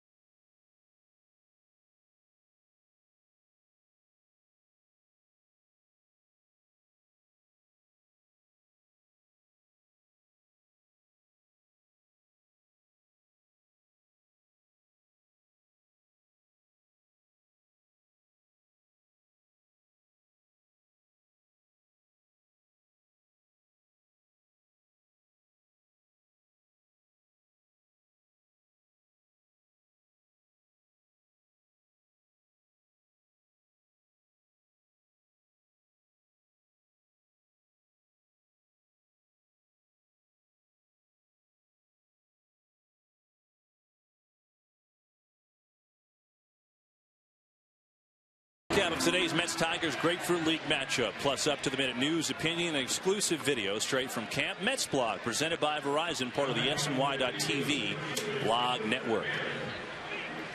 Take a look at the upcoming schedule presented by Volkswagen. Well, we've got games this weekend. Marlins and Braves here at Port St. Lucie, SNY and Pix 11 with the coverage. Look forward to bringing you those contests. Ronnie, you're here for both of those, right? Yes. I think I had a lot of games in the beginning, none in the middle, and now I'm picking up Keith because he has an extended vacation. Keith made a point of letting us know that in our Houston game on Saturday. Another one in the Mets dugout. Gary Cohen, by the way, is in full basketball mode. That's right. The Seton Hall Pirates, they had a lead. They couldn't hold it against the Cuse. So they are out, but Gary will be working hoops, and he's back last week of spring training for a couple games. Nice. So, Gary, we miss you down here. It's a little warmer than back in New York. Well, he's close to a TV he's watching, I know.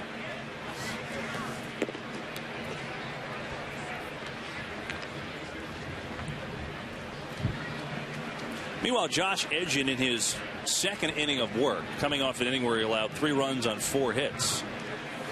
Second time this spring he's going 2 innings. And it's 3-1 to Quentin Berry.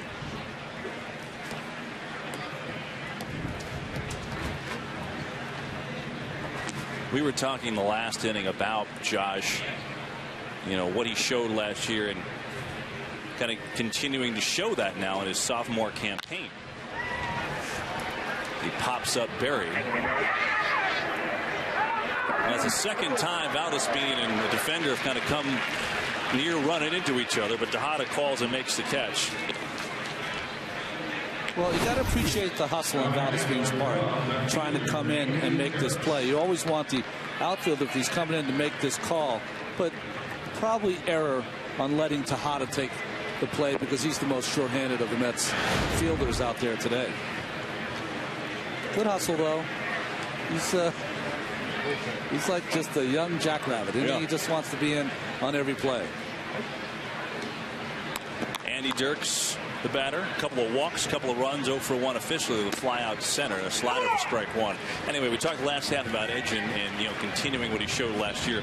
What's the next step for him? I mean, pitch-wise, repertoire-wise, what is it for him? Well, I think this is my 4th appearance watching Josh pitch, and I think that what I've seen is 3-1, 2-1, 2-0. 3-0, so that's something that he's got to get away from because he just has too good of stuff. He's early in his career. He should be uber aggressive in the strike zone against especially left-handed hitters. You know, the interesting part is you see the left-handers like Dirks. That's a breaking pitch to me on the television. Looks very nasty, but he took it and lefty against lefty, so that really lets you know that the left-handed hitter is seeing it a little better than he should. Could that be from tipping off a pitch, or could it be from slowing down the motion? Well, we'll see as the season starts to play out. 2-2. Using that slider away against Dirks. 8th rounder for the Tigers in 08. Played for Gene Stevenson at Wichita State. I wonder if he and Mike Pelfrey, the ex-Met, were teammates. About the same age, I would think. Yeah, I bet they were. Fastball low. It's now full to Andy Dirks. Well, I don't want to say he's an overachiever, but he's a guy that always has had to fight to be the 4th outfielder. Guy that's been on that train back and forth from the big leagues to the minor leagues, and finally getting his chance. And Edgen sends him back to the bench with a strikeout. So Josh Edgen comes back and gets his first K of the outing. 2 down here in the 5th. Well, that's the one at bat I think Edgen should really concentrate on. The ability, 3-2 count, throw that slider for a strike. Nice job. And so Edgen will leave after a positive 5th, getting the first 2 outs of the frame. He'll be relieved. Tigers up on the Mets, 9-1. Only Mazda is so obsessed with the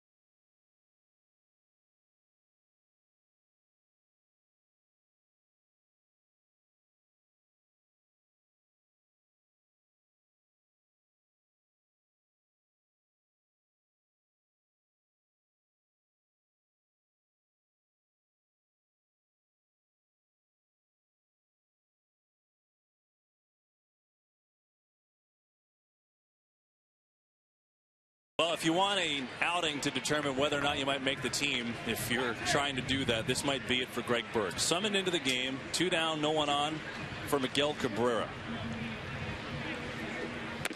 Well, it tells you a lot about what they want to see in Burke. This is his 7th appearance. That's a lot. He's had probably majority of his outings have been outstanding. But like you said, Kevin, this is a real matchup.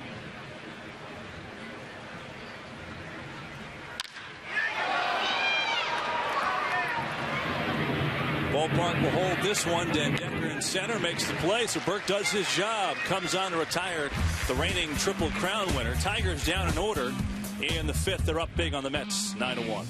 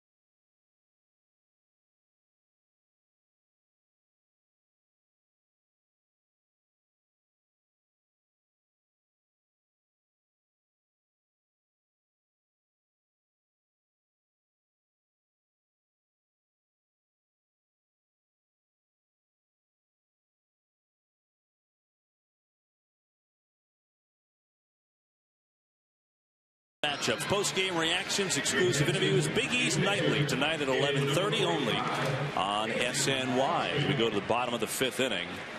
Beautiful day to get your tan out on the berm, get your blankets, and just relax and enjoy. Temperatures in the mid-60s, sunshine.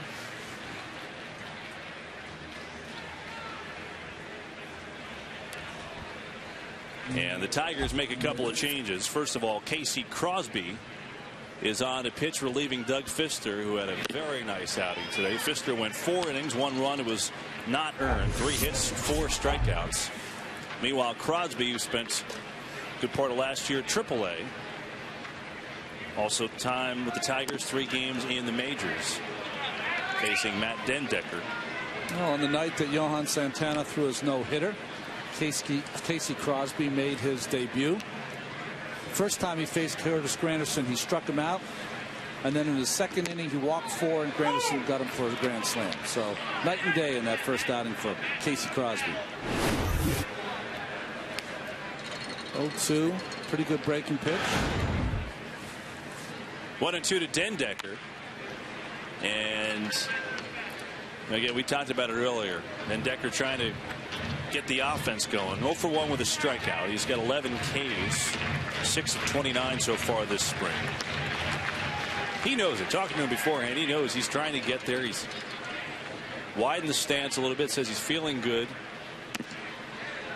And, you know, I think probably he could sense that he's close. He just needs to do a little more with the bat to get there. I mean, he was batting .340 in AA, dominating the Eastern League. Probably would have been the player of the year in AA before he went up to AAA, and that's where he struggled with the bat. .220. On the other way, finding the seam. Sure he'll like that at bat as a leadoff hit for the Mets against Casey Crosby. You know, it doesn't seem like a big at bat, but it's a lefty-lefty matchup for Den Decker. He's behind in the count, and he's able to, with 2 strikes, we talked about, you know, his tendency to strike out a lot, put the ball in play. Good thing can happen there.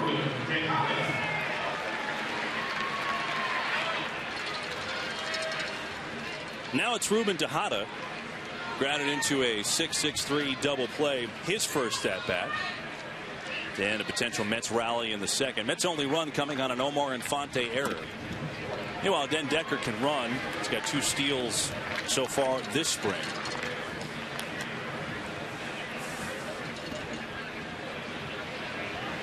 Tejada just 3 of 20 this spring. It hit his first at bat, too, as a home run against Steven Strasburg.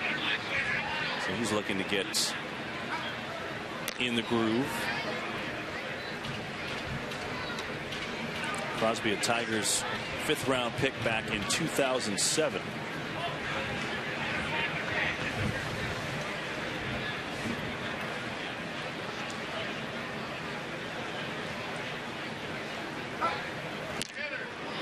That's a good move there by Crosby. Gives that illusion like he's coming home with the lean kind of to the plate, and has the ability to change it in midstream, it almost looks like, and go to first base. Den Decker, I would say, just got a base hit, which is a very upside to making this team, but getting picked off in a 9-1 disadvantage would be a very bad thing. Good move there by Crosby.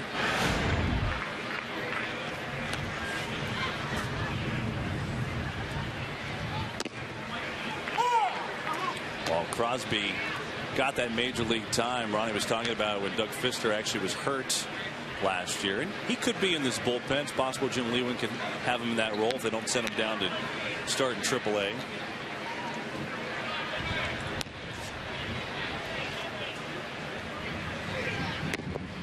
There's a strike, and Tejada's in the 1-2 hole. It's the most impressive younger player you've seen this spring. Not necessarily on the Mets. How about an opposing player? Anybody stood out to you, Ronnie, when you get to see some of these guys in these spring training games? Well, you know, for me, spring training, especially the Mets here, Tejada flies out to right field. I spend most of my time here at the minor league camps for 2 reasons. One, most of the coaches down there are my old buddies, so I'd love to go see them and talk about old times. But second, gives you a real opportunity, one, to see how young these players are. Second, how hard they work. And 3, when we finally do see them at the major league level, how much they've improved. I think that's one of the great things. I'd have to say the young kid, there's going to be a lot of opportunities down in Miami. And the young outfielder Yelich has had a great spring so far. I think he would probably be the most impressive. Well, we may see him Saturday here on SNY. Marlins are here. Yelich could easily make this team. I have my family here, and the ball came off the back of the stadium, came down and almost waffled one of them in the back of the head. It looks from the waves and the funnel cake that everything is okay. Yeah, no, well, they don't know any better. They're in mid-eat right now. So Valdespin takes it inside. Yeah, Yelich could make the opening day roster for that Marlins team, which, you know, why not? That team is so young anyway. I think if I'm looking non-Mets, and we've certainly seen a lot of positive here, you know, certainly with all the young pitchers the Mets have trotted out there with Harvey and Wheeler and Montero. What a play. See if they can turn two. That one, I think the arm kind of hit Den Decker, then it went up for a pop-up by Worth, the shortstop. Was Casey Crosby making a good play back in the box. Well, he made a good play, but he made a bad throw. And watch, I think this is off the helmet. Let's see. No, it is off like the forearm of Den Decker. The bad throw really initiated that, and where he wears that kind of wristband around his forearm is exactly where Den Decker was hit. A bizarre play. I'm sure that'll sting for Den Decker. So fielder's choice, Den Decker out at second, Valdespin on first, 2 down, and Justin Turner at the plate. If I'm going to go opposing team, I don't remember if I did this game with you or Keith. I'd have to say it's Michael Waka of the Cardinals. Were you here for that game? I was not. 3 innings. I think he came in and just was utterly ridiculous. You know, I was sitting down the left field line. He's a tall, lanky right-hander, right? Work quickly. Yeah. That'll do it. Turner grounds a short. Mets retired in the 5th. 5 in the books from Tradition Field. 9-1 Tigers.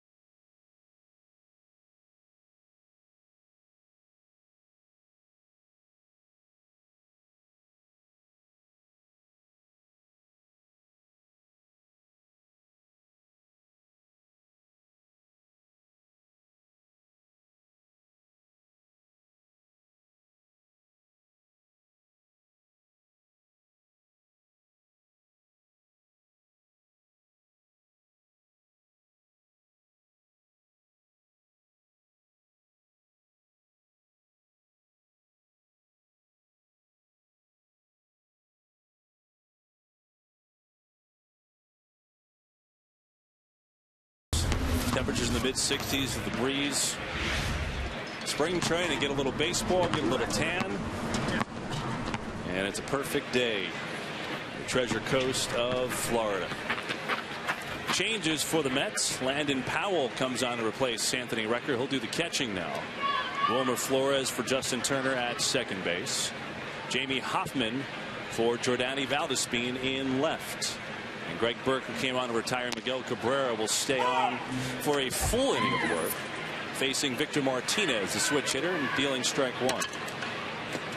Well, you know, it's interesting when evaluating Greg Burke, and I think most of the people that follow the Mets, or at least follow baseball, know that he was kind of a traditional pitcher over the top and was changed in Baltimore to a sidearm reliever, submarine reliever. When you're evaluating pitchers like this, Kevin, it's great to see them strike out people, but you want to see them the majority of the time keep the ball out of the air. You want to see ground ball after ground ball if you can. Got 0-2 to Martinez here.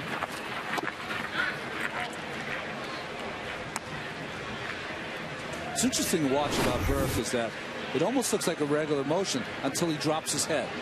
And dropping his head and glove brings him to that submarine position. And then it looks like he's almost going to be one of those guys that scrapes his knuckles on the ground delivering the baseball, but honestly has a little higher release point than that. Well, your point is well taken. He also throws harder than most sidearmers normally do. I mean, earlier this camp he was throwing 91, 92, and you wonder if there is that urge to muscle up sometimes like the old overhand pitcher would do, whereas in this case you really just want the ground ball. Yeah, you want everything's got to be the knees or lower. That's where he's going to concentrate on. See that ball? That's when he's up in the strike zone. Now this happens to pitchers that throw over the top too. For the most part, if you are up in the strike zone, the ball flattens out. Well, it really does for a submarine throw or a sidearm thrower. So his thought should always be the ball should start on the knees, the illusion it's going to be on the knees, and end up below the knees. That's how you get the ground balls. 1-2 to Martinez.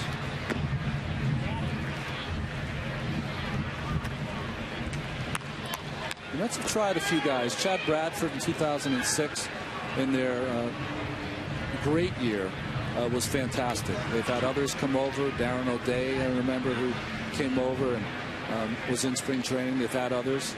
Terry Leach. Terry Leach in the day, that's right. Oh. Base hit Victor Martinez lead off the sixth.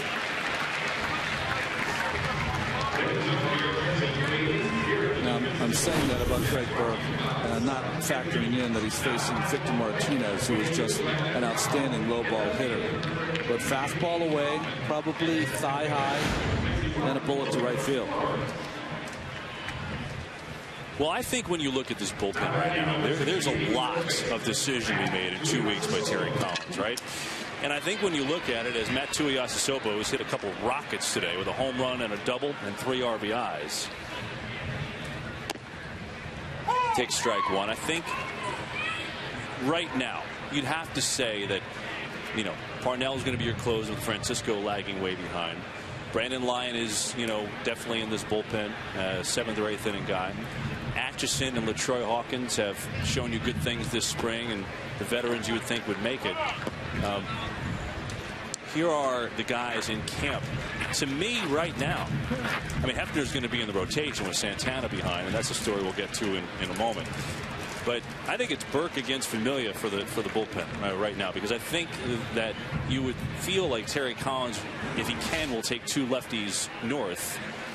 And, it's Burke who's intriguing and what he's shown and the deceptiveness and having that ability to go down and get a side armor against Familia, who you think needs more developing, but he has had a great spring training.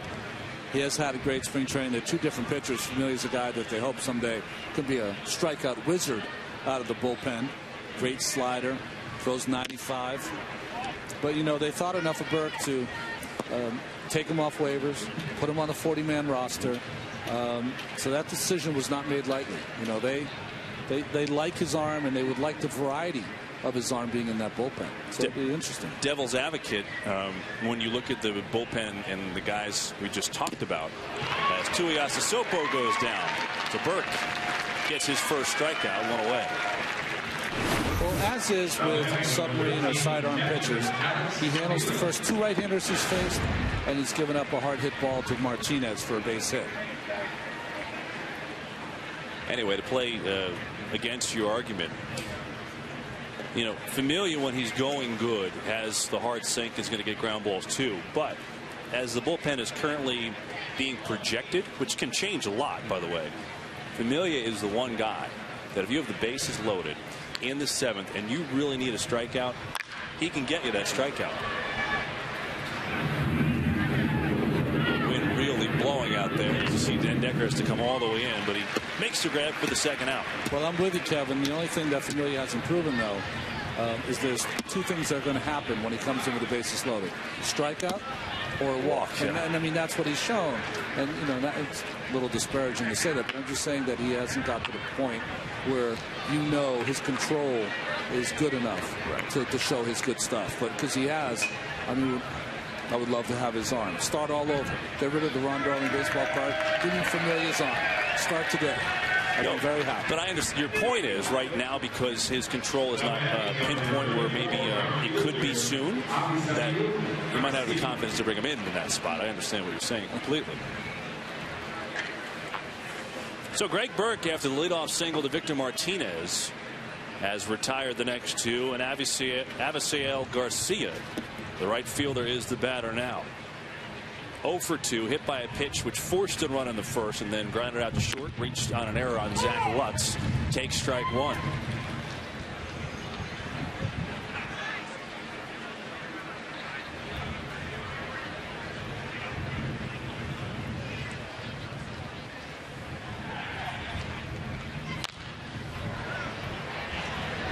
Could blow back in with the wind.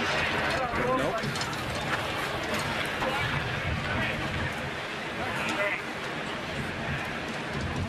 Those are the best seats in the house today. It's a little chillier. People in the sun are very happy. Chilly's relative, of course, but you know, down here in Florida, if it's 60 degrees, people are having the winter parkers on. 0-2 to Garcia.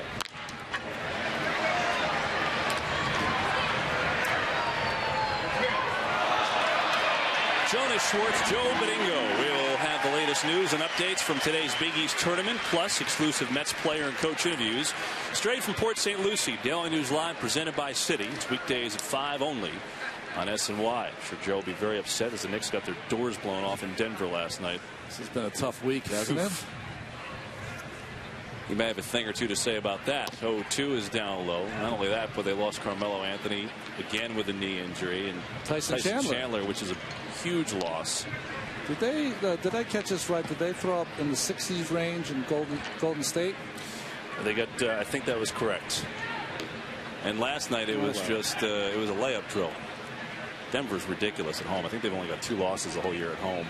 They in Indiana, right? Yeah. 1-2, and good job by Greg Burke. After the leadoff single, he comes to retire the next 3 in a row. A couple of strikeouts for him as well. Strong outing for Greg Burke today. Mets, so on the back end of a 9-1 score to the Tigers.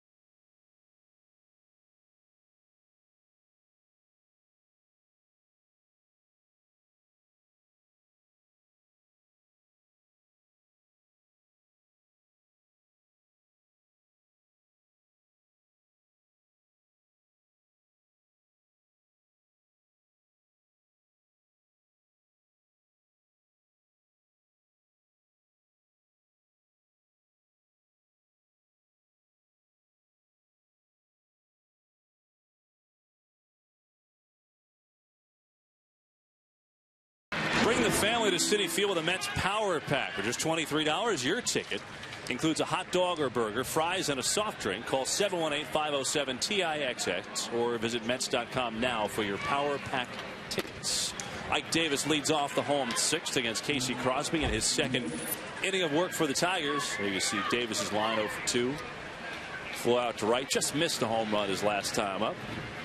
He's had an excellent spring. Lunges at this one. And Quentin Berry with a terrific play.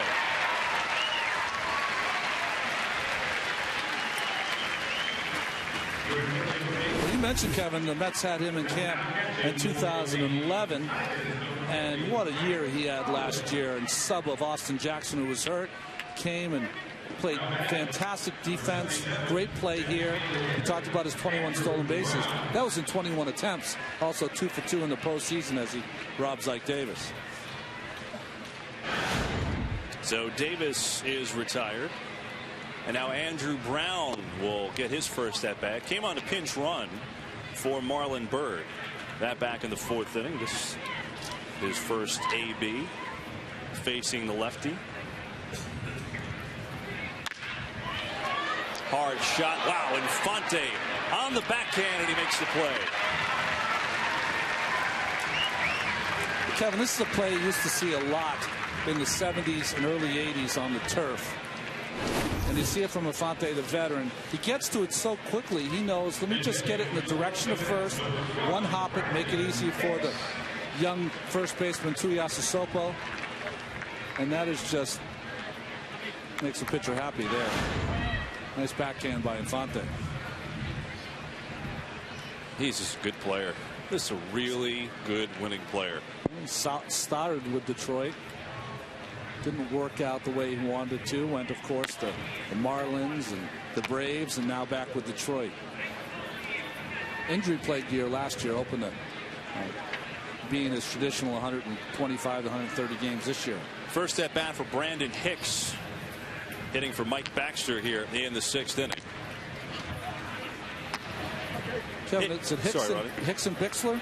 Yeah. The two guys that are going for that position? For that reserve infield, and Omar Quintanilla as well. I'd throw him in there, depending on how the rest of the bench is constructed.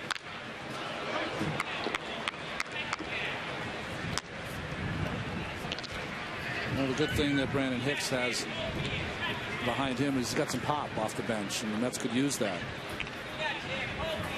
He's got 3 hits this spring. 2 of them have been home runs.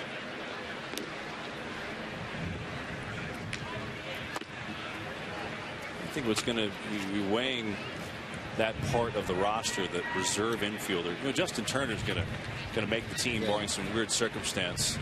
But he's so versatile, and he's such a good pinch hitter. For the backup infielder spot, you weigh a lot of things. As Hicks draws a walk, and Zach Lutz will be the batter. Obviously, like you said, pop is a big issue coming off the bench for this team. And then versatility. You know, you have Bixler, who can kind of play anywhere. Hicks, who can also play anywhere, but, you know, probably more of a corner guy. And then Quintanilla, who is the one true shortstop as a backup, because then you figure if Tejada gets a day off, you put Turner at short. But that's not Turner's strongest position. And so really, if you don't have Quintanilla on the team, Tejada gets a day off, you're going to be compromised at short. Well, if you're a young or older player and you're trying to ensure that you're going to make a National League roster, have the ability to play all 4 infield positions, have a pretty decent bat, and a guy who can also catch an emergency. If you can do that, you're going to make a National League team. That is very true.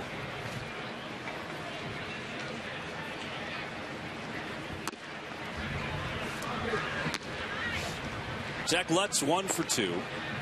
Had a single back in the 2nd, struck out in the 4th.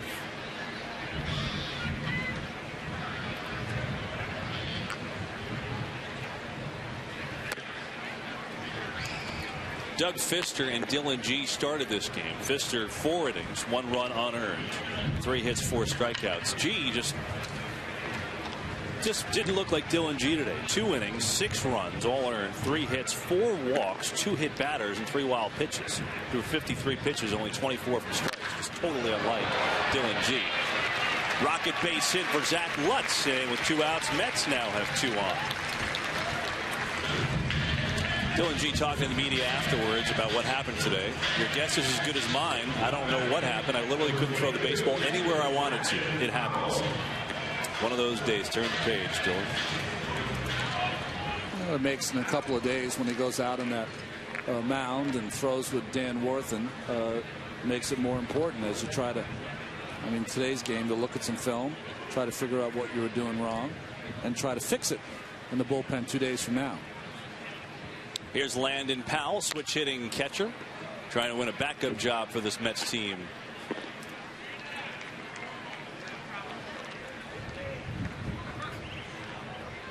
Powell is really what you want in a backup catcher.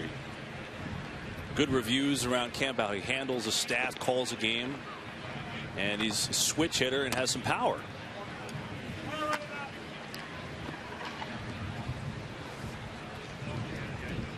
Well, it's one of the things the Mets haven't had in the last, especially last year. Didn't have a lot of pop from their catchers. Certainly John Buck is going to start as the starting catcher, and he certainly has some pop.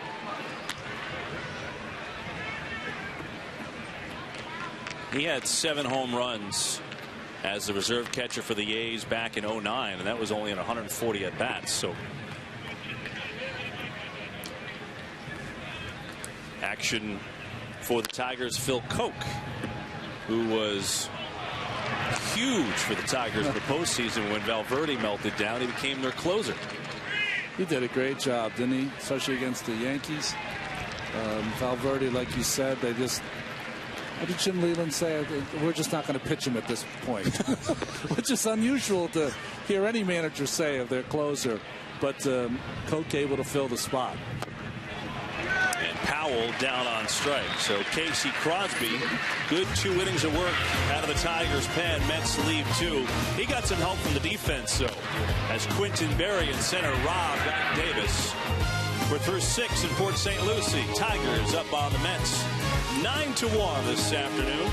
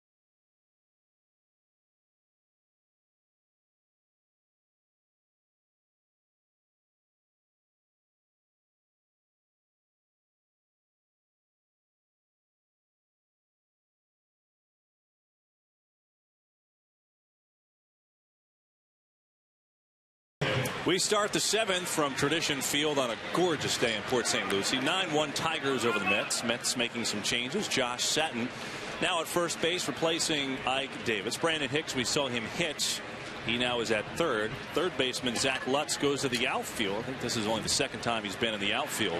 And then Jamie Hoffman, who was in left, now goes over to right. So Omar Infante leads it off. New pitchers Pedro Feliciano for the Mets, making his fourth appearance. And you know, everyone's been watching his velocity, but you know what, Ronnie? He's looked good. He's gotten a couple quick outs in his return after that heart irregularity that the Mets were concerned about. Well, you could make the argument as he gets his first batter out in Infante and a fly ball to center field that Feliciano is probably the most durable specialty left-hander the Mets have ever had in their history.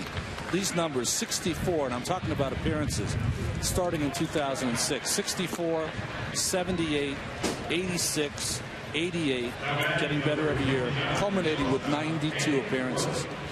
Signed the contract 2 years, $8 million with the Yankees, and got hurt, the shoulder surgery, and now making a comeback with the Mets. And looking to make this team as Danny Worth is the batter. Meanwhile, we go from lefty side armor to righty side armor as Greg Burke has the headset on from the Mets dugout. Greg, it's Kevin and Ron upstairs, and nice outing for you. Let me ask you this. So, you know, we were talking about Terry Collins evaluating the roster, and he just happens to call on you, and you know, the best hitter in the world comes to the plate, Miguel Cabrera. What's that like coming in knowing who you're facing there? Yeah, I had an inkling that I was probably going to face him. We had a lot of lefties going today, so I thought maybe I was going to get in the middle of the order there with the righty. But yeah, I mean, triple crown winner, you know, go for it. There you go. What's your mindset? How do you try and attack a guy like that? I'm trying to go right after him. You know, the last thing I want to do is fall behind a guy like that and kind of get into his count. So I was coming in throwing strikes, and you know, hopefully he hits it somewhere where we got somebody. That you did is you retired Cabrera. Had a real nice outing today, an inning and a third. Greg, you've had a lot of strikeouts in spring training so far. Do you see yourself as a guy who's going to rack up a lot of strikeouts, or are you also going to be a guy who wants to, or has the ability to get that ground ball when you need it? Yeah, I mean, let's put it this way. I'm not going in looking for a strikeout. For sure, looking for a ground ball. You know, and that's why I'm trying to get ahead. I'm trying to throw strikes. I'm trying to let him beat it in the ground. You know, I'm definitely still working on spring training, staying low and making that ball sink. That's definitely one of my focuses I've been doing. But I mean, I've been getting strikeouts. I'm getting ahead, and once I get ahead, I smell it, so I'm going to go for it. But you know, if I get them, I get them. My main goal is to try to get ground balls. Greg, you have to, as Satt will try to turn the double play, but Berry with terrific speed. Greg, do you have to fight the old overhand pitcher sometimes? You know, you're talking about getting strikeouts, and you've got good velocity to go with that sink. So are there times where you have to almost fight overthrowing so that sinker doesn't flatten out on you? Yeah, there's no doubt about it, especially with my four-seam fastball. Martinez hit a ball in the right field last inning, and that's for sure what I was trying to do. I was trying to hump up and throw it a little harder, and that's for sure one of the mentality things that I need to kind of shed, and that's why it's nice watching Pedro. Sometimes he's just nice and easy. He gets the ball, he does what it, you know, he's focused more on the movement than he is necessarily velocity, and that's one thing, you know, I'm still kind of in the process of learning right now, but you know, all in good time. You know, a lot of the Mets pitchers over the years have benefited from the tutelage of Rick Peterson. What did he mean to you? Well, I mean, you could say he saved my career. That's enough. Yeah. I mean, if it wasn't for him, I don't know where I'd probably be at home somewhere doing something other than baseball. So, you know, he helped me out. He helped me, you know, basically from square one, try to figure out this motion, specifically with that breaking ball, which took some time to get. And he was there the whole way last year helping me out. And, you know, we kind of remained in contact a little bit for the offseason and whatnot. But, yeah, I mean, he was for sure, you know, monumental in the whole process. I know there's 2 outs. Real quick, what I love is how your head and your glove kind of come together and really reach for the ground, which brings your arm down there. Is that what you have to work on all the time? No, you're absolutely right. I'm usually thinking about taking my head and my chest to my knee, basically, and the lower I can be, the more sink I'm looking to get. So that's for sure, that's the first thing that I'm looking to do. Feliciano's got 1 and 2 to Coburnus, and he gets him. Good inning for Pedro Feliciano. It was a good inning and a third for Greg Burke today. Greg's interview brought to you by Citi. Greg, thanks for taking the time. Thanks, Best of luck. Appreciate it. So the Mets side armors from the right and left side both doing their jobs today. Saturday.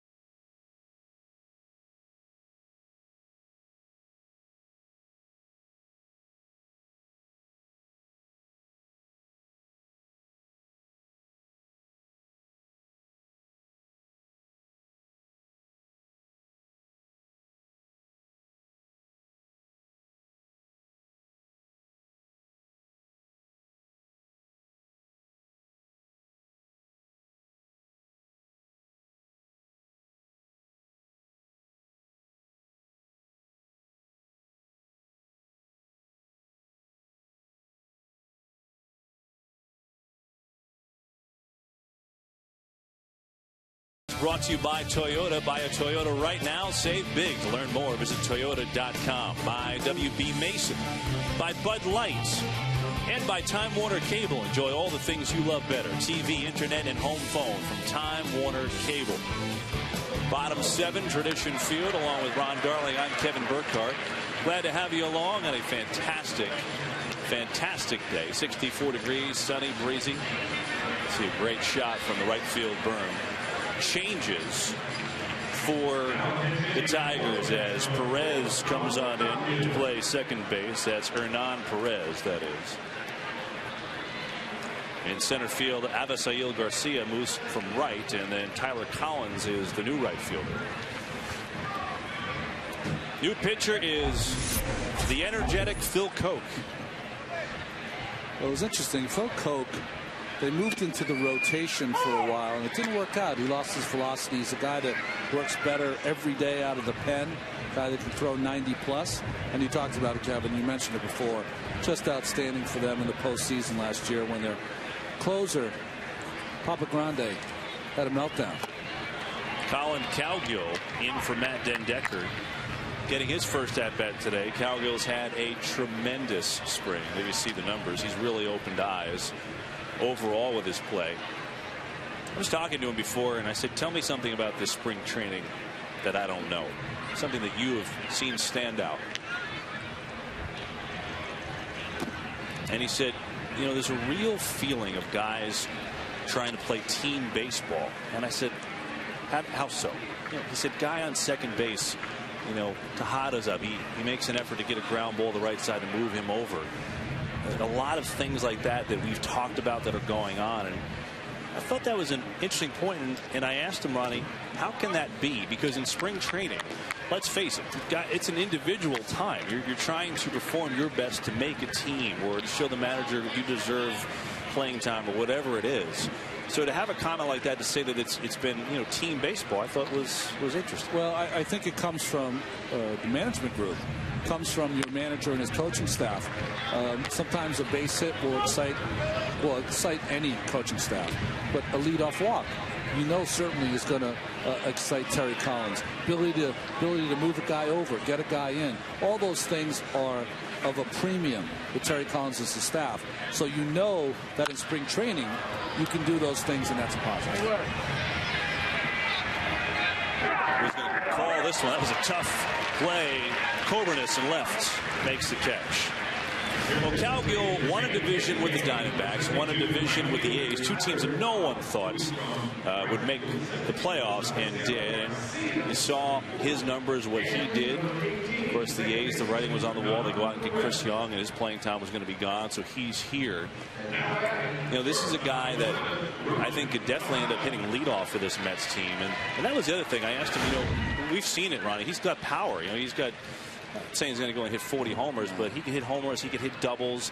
He said, if you are the leadoff guy, do you worry about compromising your game? And he said, really, it's no different. He said, the only time, as Tejada takes in the dirt, ball one, the only time it could be any different is starting the game. You know, maybe the first at bat of the game, maybe I want to take some pitches, show the guy behind me what this pitcher looks like, the early. Other than that, you know, the rest of the at bats, I'm just going to go up and be myself. Yeah, you know, I hear that a lot, Kevin, and I understand that, but you also have to have a great understanding who you are as a player. And I think, you know, one of the things that makes it very difficult for starting pitchers is that the first guy you face has the ability to hit the ball out of the ballpark. You know, from the great Ricky Henderson to others. It really is one of those things. Usually you have a guy up there who bunts a lot or maybe gets on base, kind of a singles hitter. But when you have a guy up there who can hit the ball out of the ballpark, that's a real threat to a starting pitcher leading off the game. Tejada flies out, 2 down. So he can't say to himself, okay, every 2-0 pitch I get to lead off the game, I'm going to take this next one and try to work a walk. He's got to understand that he does have some power. If I'm a pitcher starting the game and Colin Cowgill's up and I get behind him 2-0, he's probably going to get a ball going to be near the center of the plate. That's an advantage for him to take advantage of. Don't go out of the strike zone, but if he gets that ball middle of the plate in, then use one of his strengths, is what you said, his power. Jamie Hoffman now, as we take a look at Cowgill. Hoffman will get his first AB. Hoffman was in the Dodgers organization when Terry Collins was there, and Collins really liked him, and part of the reason why he's here, Hoffman raved about Terry back then when I was talking to him. And this is an athlete for a guy that's big. He has got terrific speed. He's got tremendous vertical leaping ability. He was drafted by the Carolina Hurricanes, and he's got power. So he's an intriguing guy. I always thought it'd be funny to take a baseball athlete and run him through the NFL Combine, wouldn't it? Yeah. To see that, I think in the past few years, probably Angel Pagan would probably have the highest strength and speed kind of athlete. Maybe Hoffman would be up there with this Met team in spring training. Hoffman hits it hard, but right at Coburnus, and the inning is over. Mets are down 1-2-3 in the 7th, 9-1 Detroit.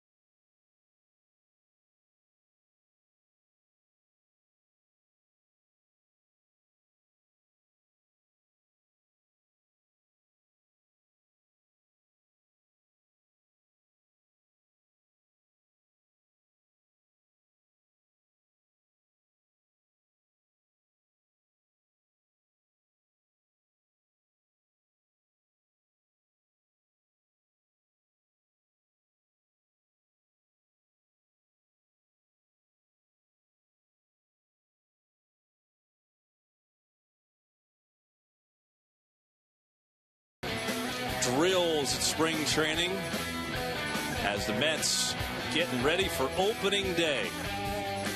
And all kinds of work in and enjoying the Florida sunshine in the meantime. Great day today, but it's been the Tigers that have been enjoying this game with a 9-1 lead over the Mets as we head to the 8th. Scott Rice on to pitch for New York. Sixth pitcher of the day. Yeah, that's when the lineup card starts to get a little messy. Well, it's interesting. If you look at that lineup card, the Mets are filling everyone in, and the Tigers are not. So a little lackadaisical on the Tigers or the Mets. I don't know which scorecard that is. So here's 31-year-old Scott Rice, who starts it off against Kevin Russo. Russo coming in for Miguel Cabrera, who just had another ho-hum day at the office with a couple of hits, 2 RBIs, 2 runs. Rice trying to make this team as a lefty specialist. And the guy that just pitched the last inning also trying to do that, Pedro Feliciano, ho-hum, goes out and does his job. Made it look easy, didn't he? Yeah, he really did.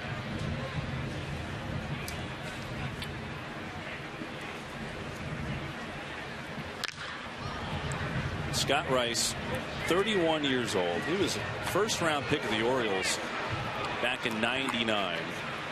He's played with the Orioles organization, Rangers organization, Long Island Ducks, Newark Bears, Padres organization, Rockies organization, Dodgers organization.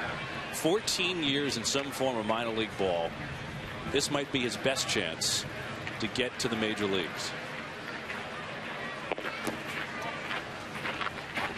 Rice is on. He's features a sinker, getting a lot of ground balls, which is what Terry Collins likes about this lefty. Yeah, he turns that fastball over, does Rice. I'll tell you, I don't have it inside me, but I really admire those guys that can play in professional baseball and one sort of another for all those seasons. Under the glove of Hicks at third.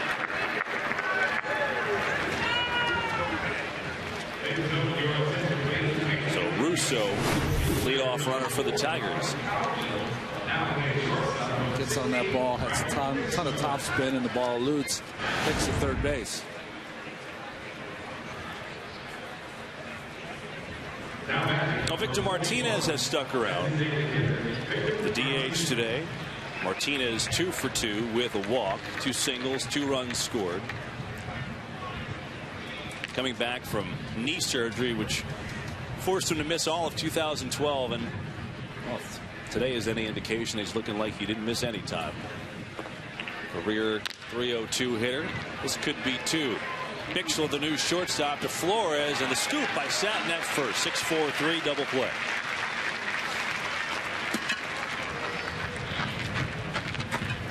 Well, to me, this is all about Satin. This should be a routine double play with Martinez running, and Flores really just throws it into the ground as soon as he makes the turn. See how he makes that turn, kind of throwing across his body? That's going to lend itself to not getting enough on the throw, and that's why it was a little short. But nice play by Josh Satin. Matsui Asasopo with 2 down and the bases empty. 2 for 3, 2-run home run, RBI double, 2 runs scored. He's hit a couple of real shots today. Yeah, half dozen balls taken out of play. Yeah.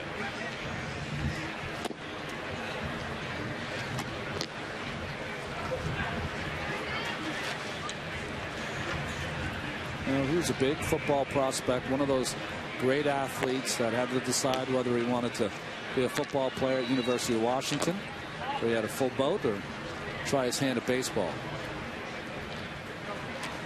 Football, of course, runs in the blood of the Tuiasosopo family. His brother was, what, the quarterback of Washington, right? Yeah, his father, Manu, plays in UCLA. Yep.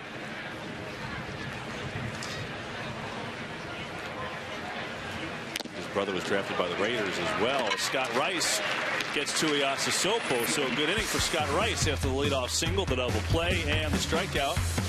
That's Bullpen getting in a groove here. Tigers, though, in front by 8.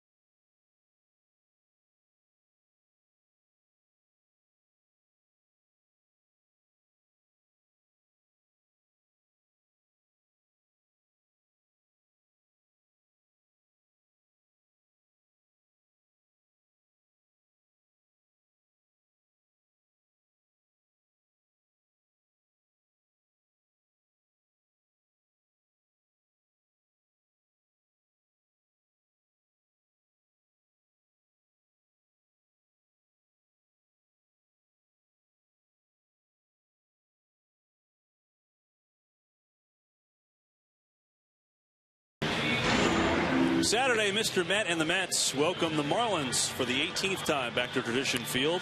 Mets and Marlins presented by Citi Saturday at 1. Ronnie and I with the call only on SNY. There's only so many times you can play the Marlins when you have to face them 19 times in the regular season and face them 20 times in the spring.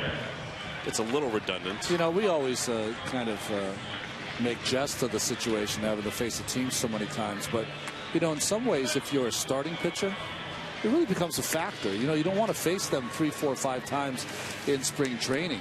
I mean, you only have so many Harry Houdini kind of tricks up your sleeve anyway. Yeah, I mean, that's the thing. I mean, in the past, the Mets have, you know, had guys pitch, especially the last week on the backfields, and avoid those games. But it does get to be a bit much. Tentative starters that day: Sean Markham for the Mets and Henderson Alvarez, that came over in the big trade with the Blue Jays. Get to see him, big heavy sinker that he throws. Wilmer Flores has his first at-bats today. Facing Darren Downs, the new pitcher for the Tigers here in the home eighth. Downs got some time in the big leagues with Detroit last year. 18 games out of the bullpen, 2-1 with a 3.48 ERA, 20 strikeouts, 9 walks.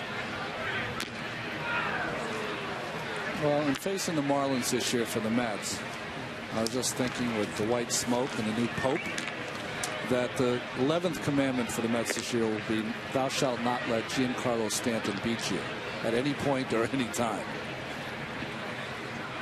How many walks is Giancarlo Stanton going to have this year? Well, I was making the argument that, and we're only talking because he has a lot of talented youngsters that are going to be around him, but unproven, is that at some point he might be pitched like Bonds was in his prime. Why wouldn't you, right? I mean, he's the guy. He's the guy that that at any time, and the Mets have seen it many times in the past, with one swing of the bat. I mean, I don't know why you wouldn't. I mean, if the top of the order are healthy with Pierre and Polanco, they have a decent one too on the veterans in the top, right?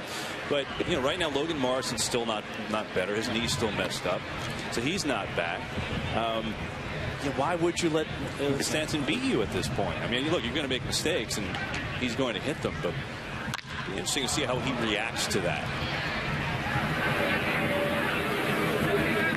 And there's one down as Flores flies out. Tell you what, watching the World Baseball Classic, he looks, I haven't seen every inning, but the couple times I've seen the ball go to right field, he looks better defensively.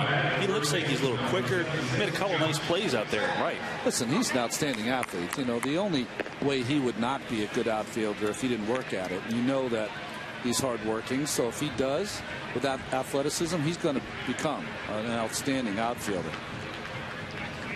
But to be able to watch all those stars tonight, U.S., Dominican Republic, so many stars.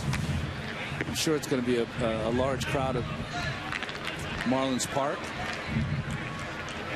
And I know all the players are going different places together to watch that on the MLB network. Who's doing the game tonight? Do you know? I mean, like the. I think it's. Well, I'm guessing it was, at least for the other night. It was Matt Vescursion and John Smoltz, right? Oh, great. Smoltzy, my man. You've worked with John enough in the postseason. I think that's who it is. I'm not totally positive. Think they're watching our game right now? They're preparing for their game, I'm sure. So no. Well, they were watching, but once it hit the 3-hour mark, they said, "Gotcha." Josh Satin fooled, and it's 1-2.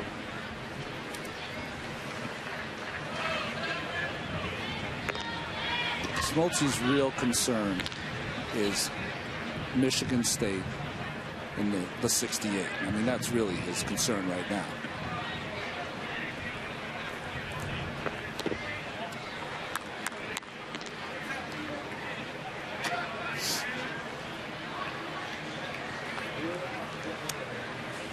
You know, one person who may be watching right now is David Wright. We were talking about him a lot earlier. 10 RBIs. He has been awesome for Team USA. Talked about, Ronnie, as you said, we said it's such a joy to hit in that lineup. You can imagine Braun and Maurer and guys like that around him. Well, they've nicknamed David Captain America. So Jay Horowitz, the tremendous, lovable PR man of the Mets decided to get involved as supporting David Wright as Bucky, who I had no idea who Bucky was until this picture, but apparently he's Captain America's sidekick. And if Bucky looks like that, Captain America's in trouble. It's James Bucky Barnes. There was a time where in the Marvel comics, where they killed off Captain America and they needed someone to take his place. So it was Bucky, his sidekick, James Bucky Barnes, who became Captain America for a short time. Well, that makes sense. You know, the alias of Captain America, of course, his alter ego, was not the Montreal pitcher, but his name was Steve Rogers. So all this wonderful facts that Matt Vasgersian has made us look up and be on top of, because certainly my dad's generation would know Captain Marvel. I was not a big comic reader, so I did not. I just like the movie that came out a year or two ago. It was interesting. My son is in college, he's in freshman year, and he's an English major and taking a class where they're reading the Iliad. Oh. And he said most of the people in his class only knew the story from watching the Brad Pitt movie. So that became kind of hilarious in its own right. So I think a lot of that comes back to Captain Marvel. There's a whole new generation going back to those Marvel comics that were so huge in the 40s, during World War II. Yeah, no doubt. I have to say I'm more of an Iron Man guy myself. Iron Man. If I had to choose.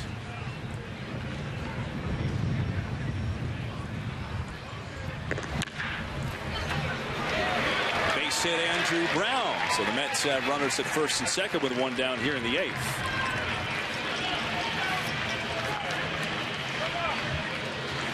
I mean, if I could carry around a suitcase and just pop it open and throw on the Iron Man suit and, say, fly down to Miami for the World Baseball Classic, that would be pretty sweet. I was thinking maybe you were just a Paltrow or Scarlett Johansson fan. I didn't know if it was Iron Man or... I mean, that would be fine as well.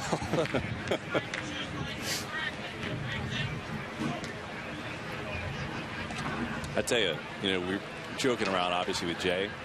And Jay Horowitz, of course, who is just outstanding at helping us do what we do. And couldn't do it without him and his great staff, Shannon and Ethan and everyone. But he is the last person in the world I ever thought would be on Twitter.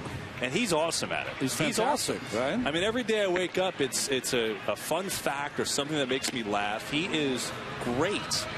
And for those of you who have asked me on Twitter, it is Jay. It's all Jay doing it. So props to Jay. Well, that's the thing that's lost. And for us, a fortunate few that were players under Jay's tutelage as the public relations man. Great sense of humor. Has a love for his sports teams. Mets first, of course. Giants a close second. And always has had a love for the players. And I don't know if any PR man in baseball is closer to his players than Jay Horowitz is. Which is kind of why the thing in Piazza's book, a little thing about Jay, which couldn't be any farther from the truth. Jay is terrific. Certainly to the players, but to us as well. So kudos, Jay. Plus, I wouldn't have had the guts to get in that blue suit and put it on Twitter, so I give him a lot of props. Where did they get that blue suit? That's a good... Maybe Kevin Keir says who did they send out to go find the Bucky suit? Well, all the players now, they have one time a year where they will dress up the rookies in different kind of... I love the hands on the hips. Because that brings it all together. I love when he went with the polo shirt for the collar out. And then the utility belt, just in case. It's so great. I mean, it's so good. Now, what would have been better is if he actually wore it to the game in Miami the other night. Well, that's what happened. A lot of the minor league staff, a lot of the major league staff all traveled down to Miami for the Tuesday night game, and behind the United States team, and of course behind Ryan David, of course, and that was a nice gesture. And Miami's a 3-hour drive from here, maybe? It's 2.5. It's pretty long. It's probably 240, something like that. Zach Lutz, the batter, with 2 on the pond. 2 down. We play in the home 8th. 9-1 Tigers.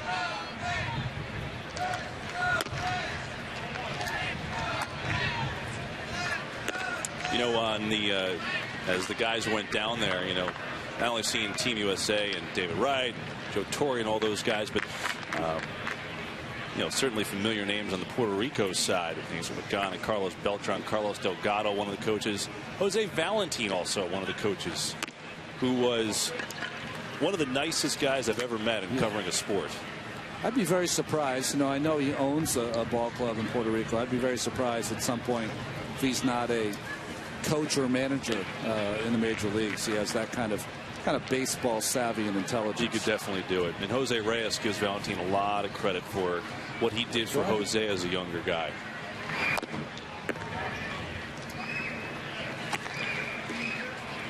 Very interesting storylines, isn't there, for both teams? Reyes, you know, playing in Marlins Park. You have Reyes there, Hanley Ramirez. One of the relievers for the U.S. team, I think, is Heath Bell, right? Yeah. So all of those kind of good and not so good stories that have happened the last couple of years there for the Marlins. Randy St. Clair is here, so I guess he's not too far away. Heath, the furthest thing from seeing eye to eye last year in Miami. 3-1 count to Lutz. There's a strike, 3-2.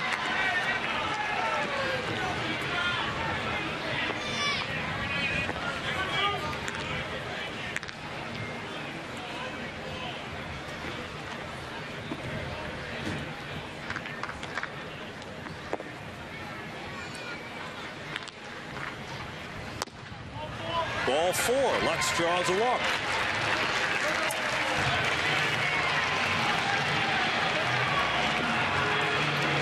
So the Mets have the bases loaded for Landon Powell here. Chance to do some damage, and for Powell to make a big impression. Jeff Jones, the pitching coach for the Tigers, going out, and he's like any pitching coach I had in spring training. They certainly utter this before they go out. Oh, come on, I don't want to go out there. But going out to try to settle his pitcher down. There's Ortega and Rondon on the bullpen for the Tigers. It'll be interesting to see Rondon, if he gets a chance in the 9th. He was kind of given that closer role, but he's struggled a little bit and throws absolute gas. Geico Sports tonight at 10:30 on SNY. Coverage and highlights of this game. Interviews, highlights, recaps. Big East tournament at the Garden as well. Everything else New York sports tonight 10:30 on SNY. As a switch hitting Powell takes strike 1 with the bases juiced here in the 8th, and the Mets down 9-1. Powell 0 for 1 was a strikeout victim back in the 6th inning. As you see Lutz leading off of first, Brown on second, Satin on third.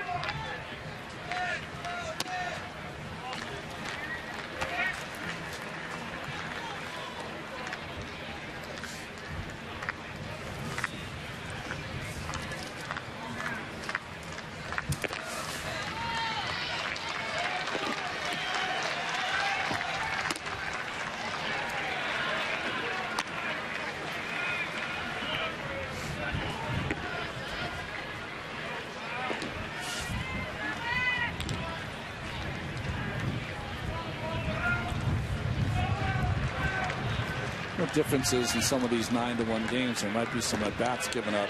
So you have a guy like Powell is trying to make his mark. Be a big hit for him. Huge. And a good eye here as he works to count to 3-1.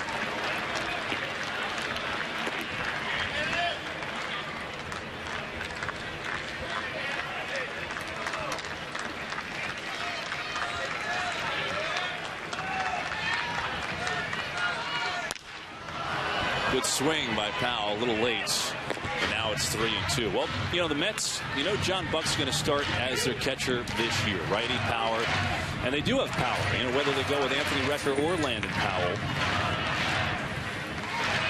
as a backup, both guys can hit it out.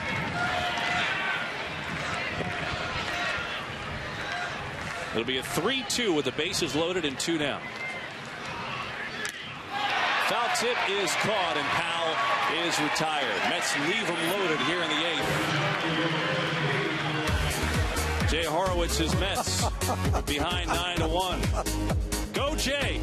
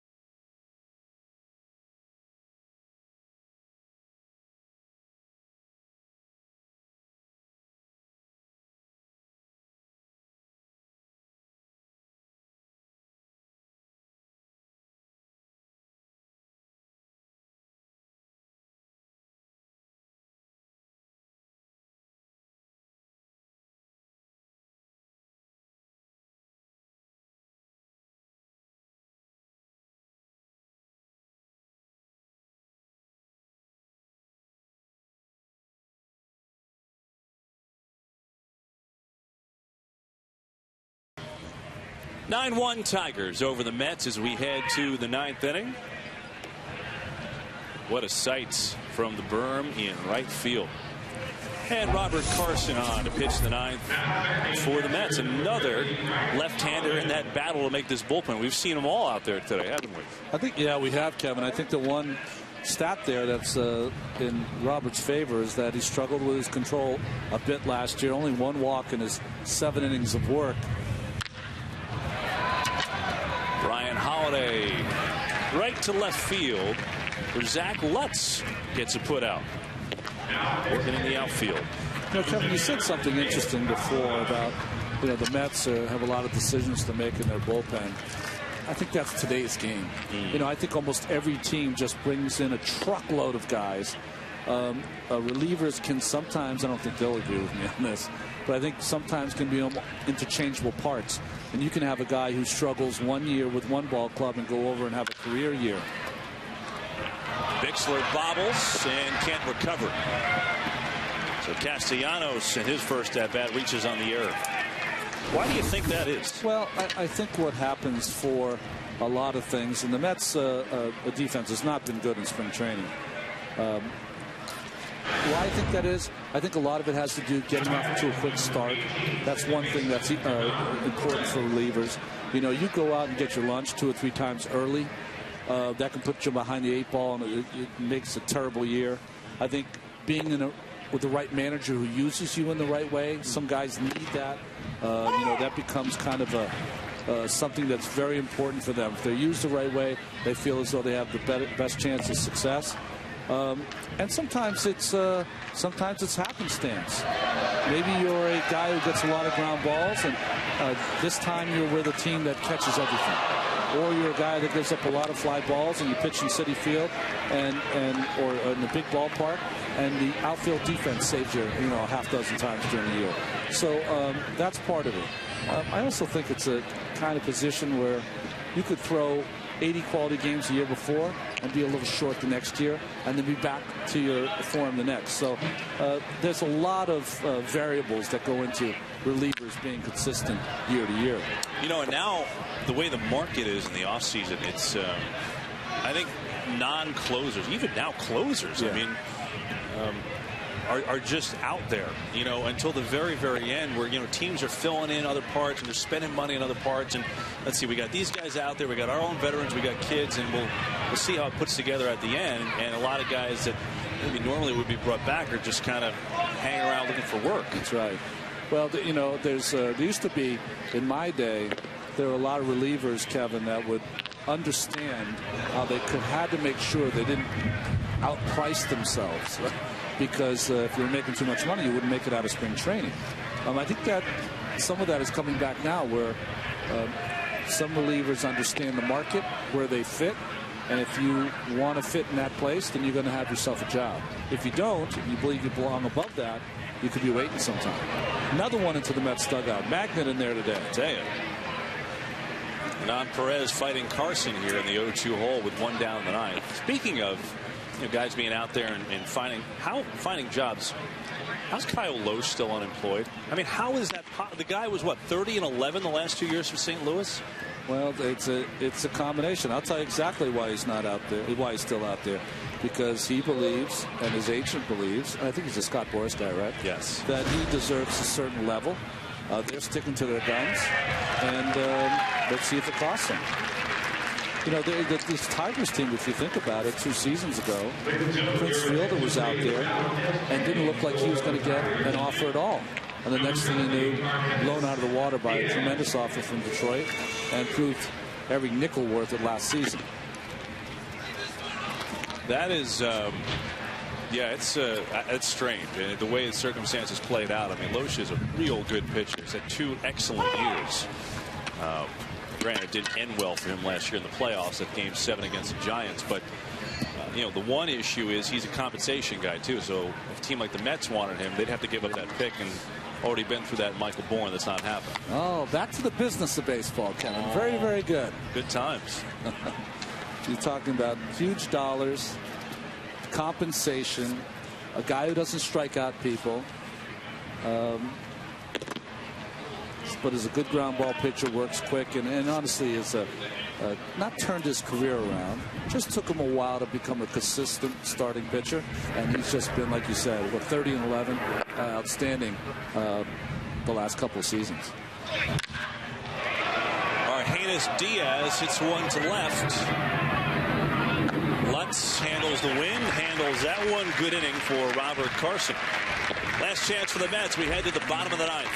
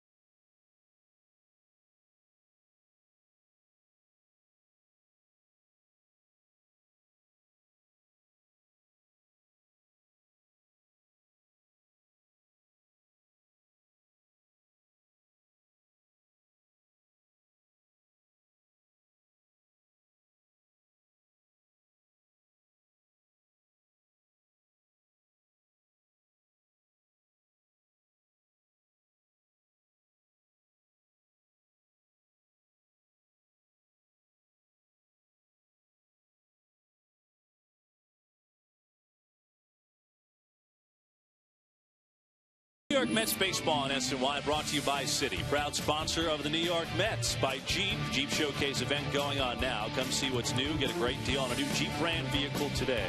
By State Farm, today's State Farm agent of the day.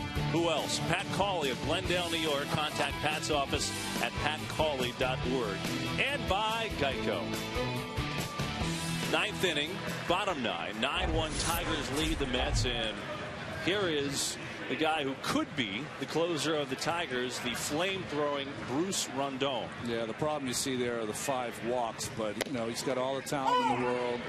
That one just get me over 98-mile-an-hour fastball. Just a big burly guy with great stuff. He hit 103 in a game last year. Routinely is 98, 99. I mean, just easy cheddar. Oh, how about that when you mix in that? And a slide piece for you. Wow. You know what? You can teach any guy to get out there in the mound, throw strikes. This is just talent off the charts that you hope finds his way, because he could be one of the great ones. 0-2 to Colin Cowgill. Cowgill showing the speed, but he is sent back to the bench. And there's one down here in the 9th. Well, Rondon has been the guy, you know, Valverde, we talked about his postseason troubles last year, wasn't brought back. And he was the guy, even though he's inexperienced in the major leagues, that the Tigers said is going to be the closer. Well, he's obviously struggled a little bit, and Jim Leland has backed off, saying you maybe use him here and there. But it's obvious this is who the Tigers want to be their closer. Just trying not to put too much pressure on him. Funny thing, he's got the Valverde setup. Well, if you're around Valverde, you're going to pick up one of the 116 things he does before he throws the baseball to the plate.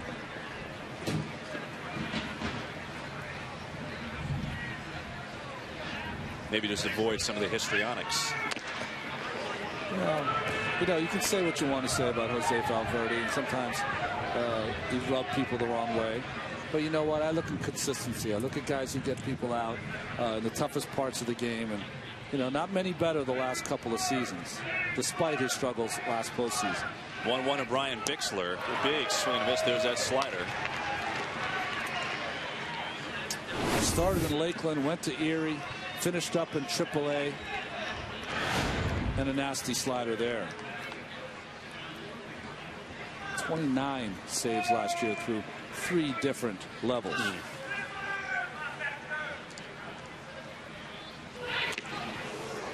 99, that brushes Bixler back. And the thing is about Rondon, if he struggles early, you've got veteran presence. You've got Octavio Dotel, Joaquin Benoit, Phil Koch at the back end to kind of help pick it up for the Tigers. And by the way, Valverde, he's also still out there waiting for a job. 2-2. And Bixler goes around, strike 3. Well, since the beginning of time, Kevin, 99 fastball inside, coupled with the slider away, no chance for a hit.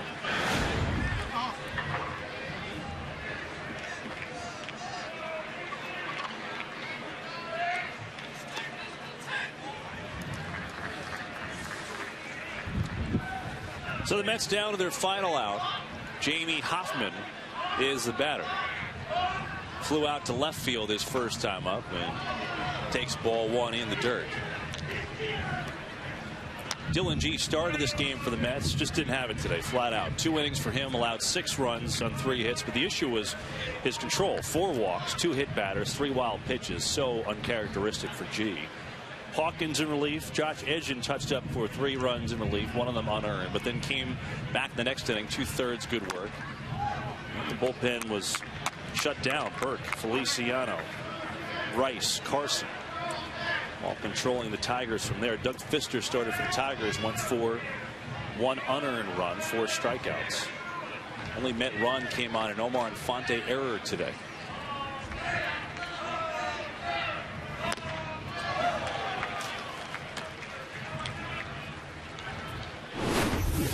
Well, that to me is always the telltale sign with any fastball pitcher. Behind in the count, hitter knows it's coming. He knows he's got to throw it. It still beats the hitter. 2-1 to Hoffman.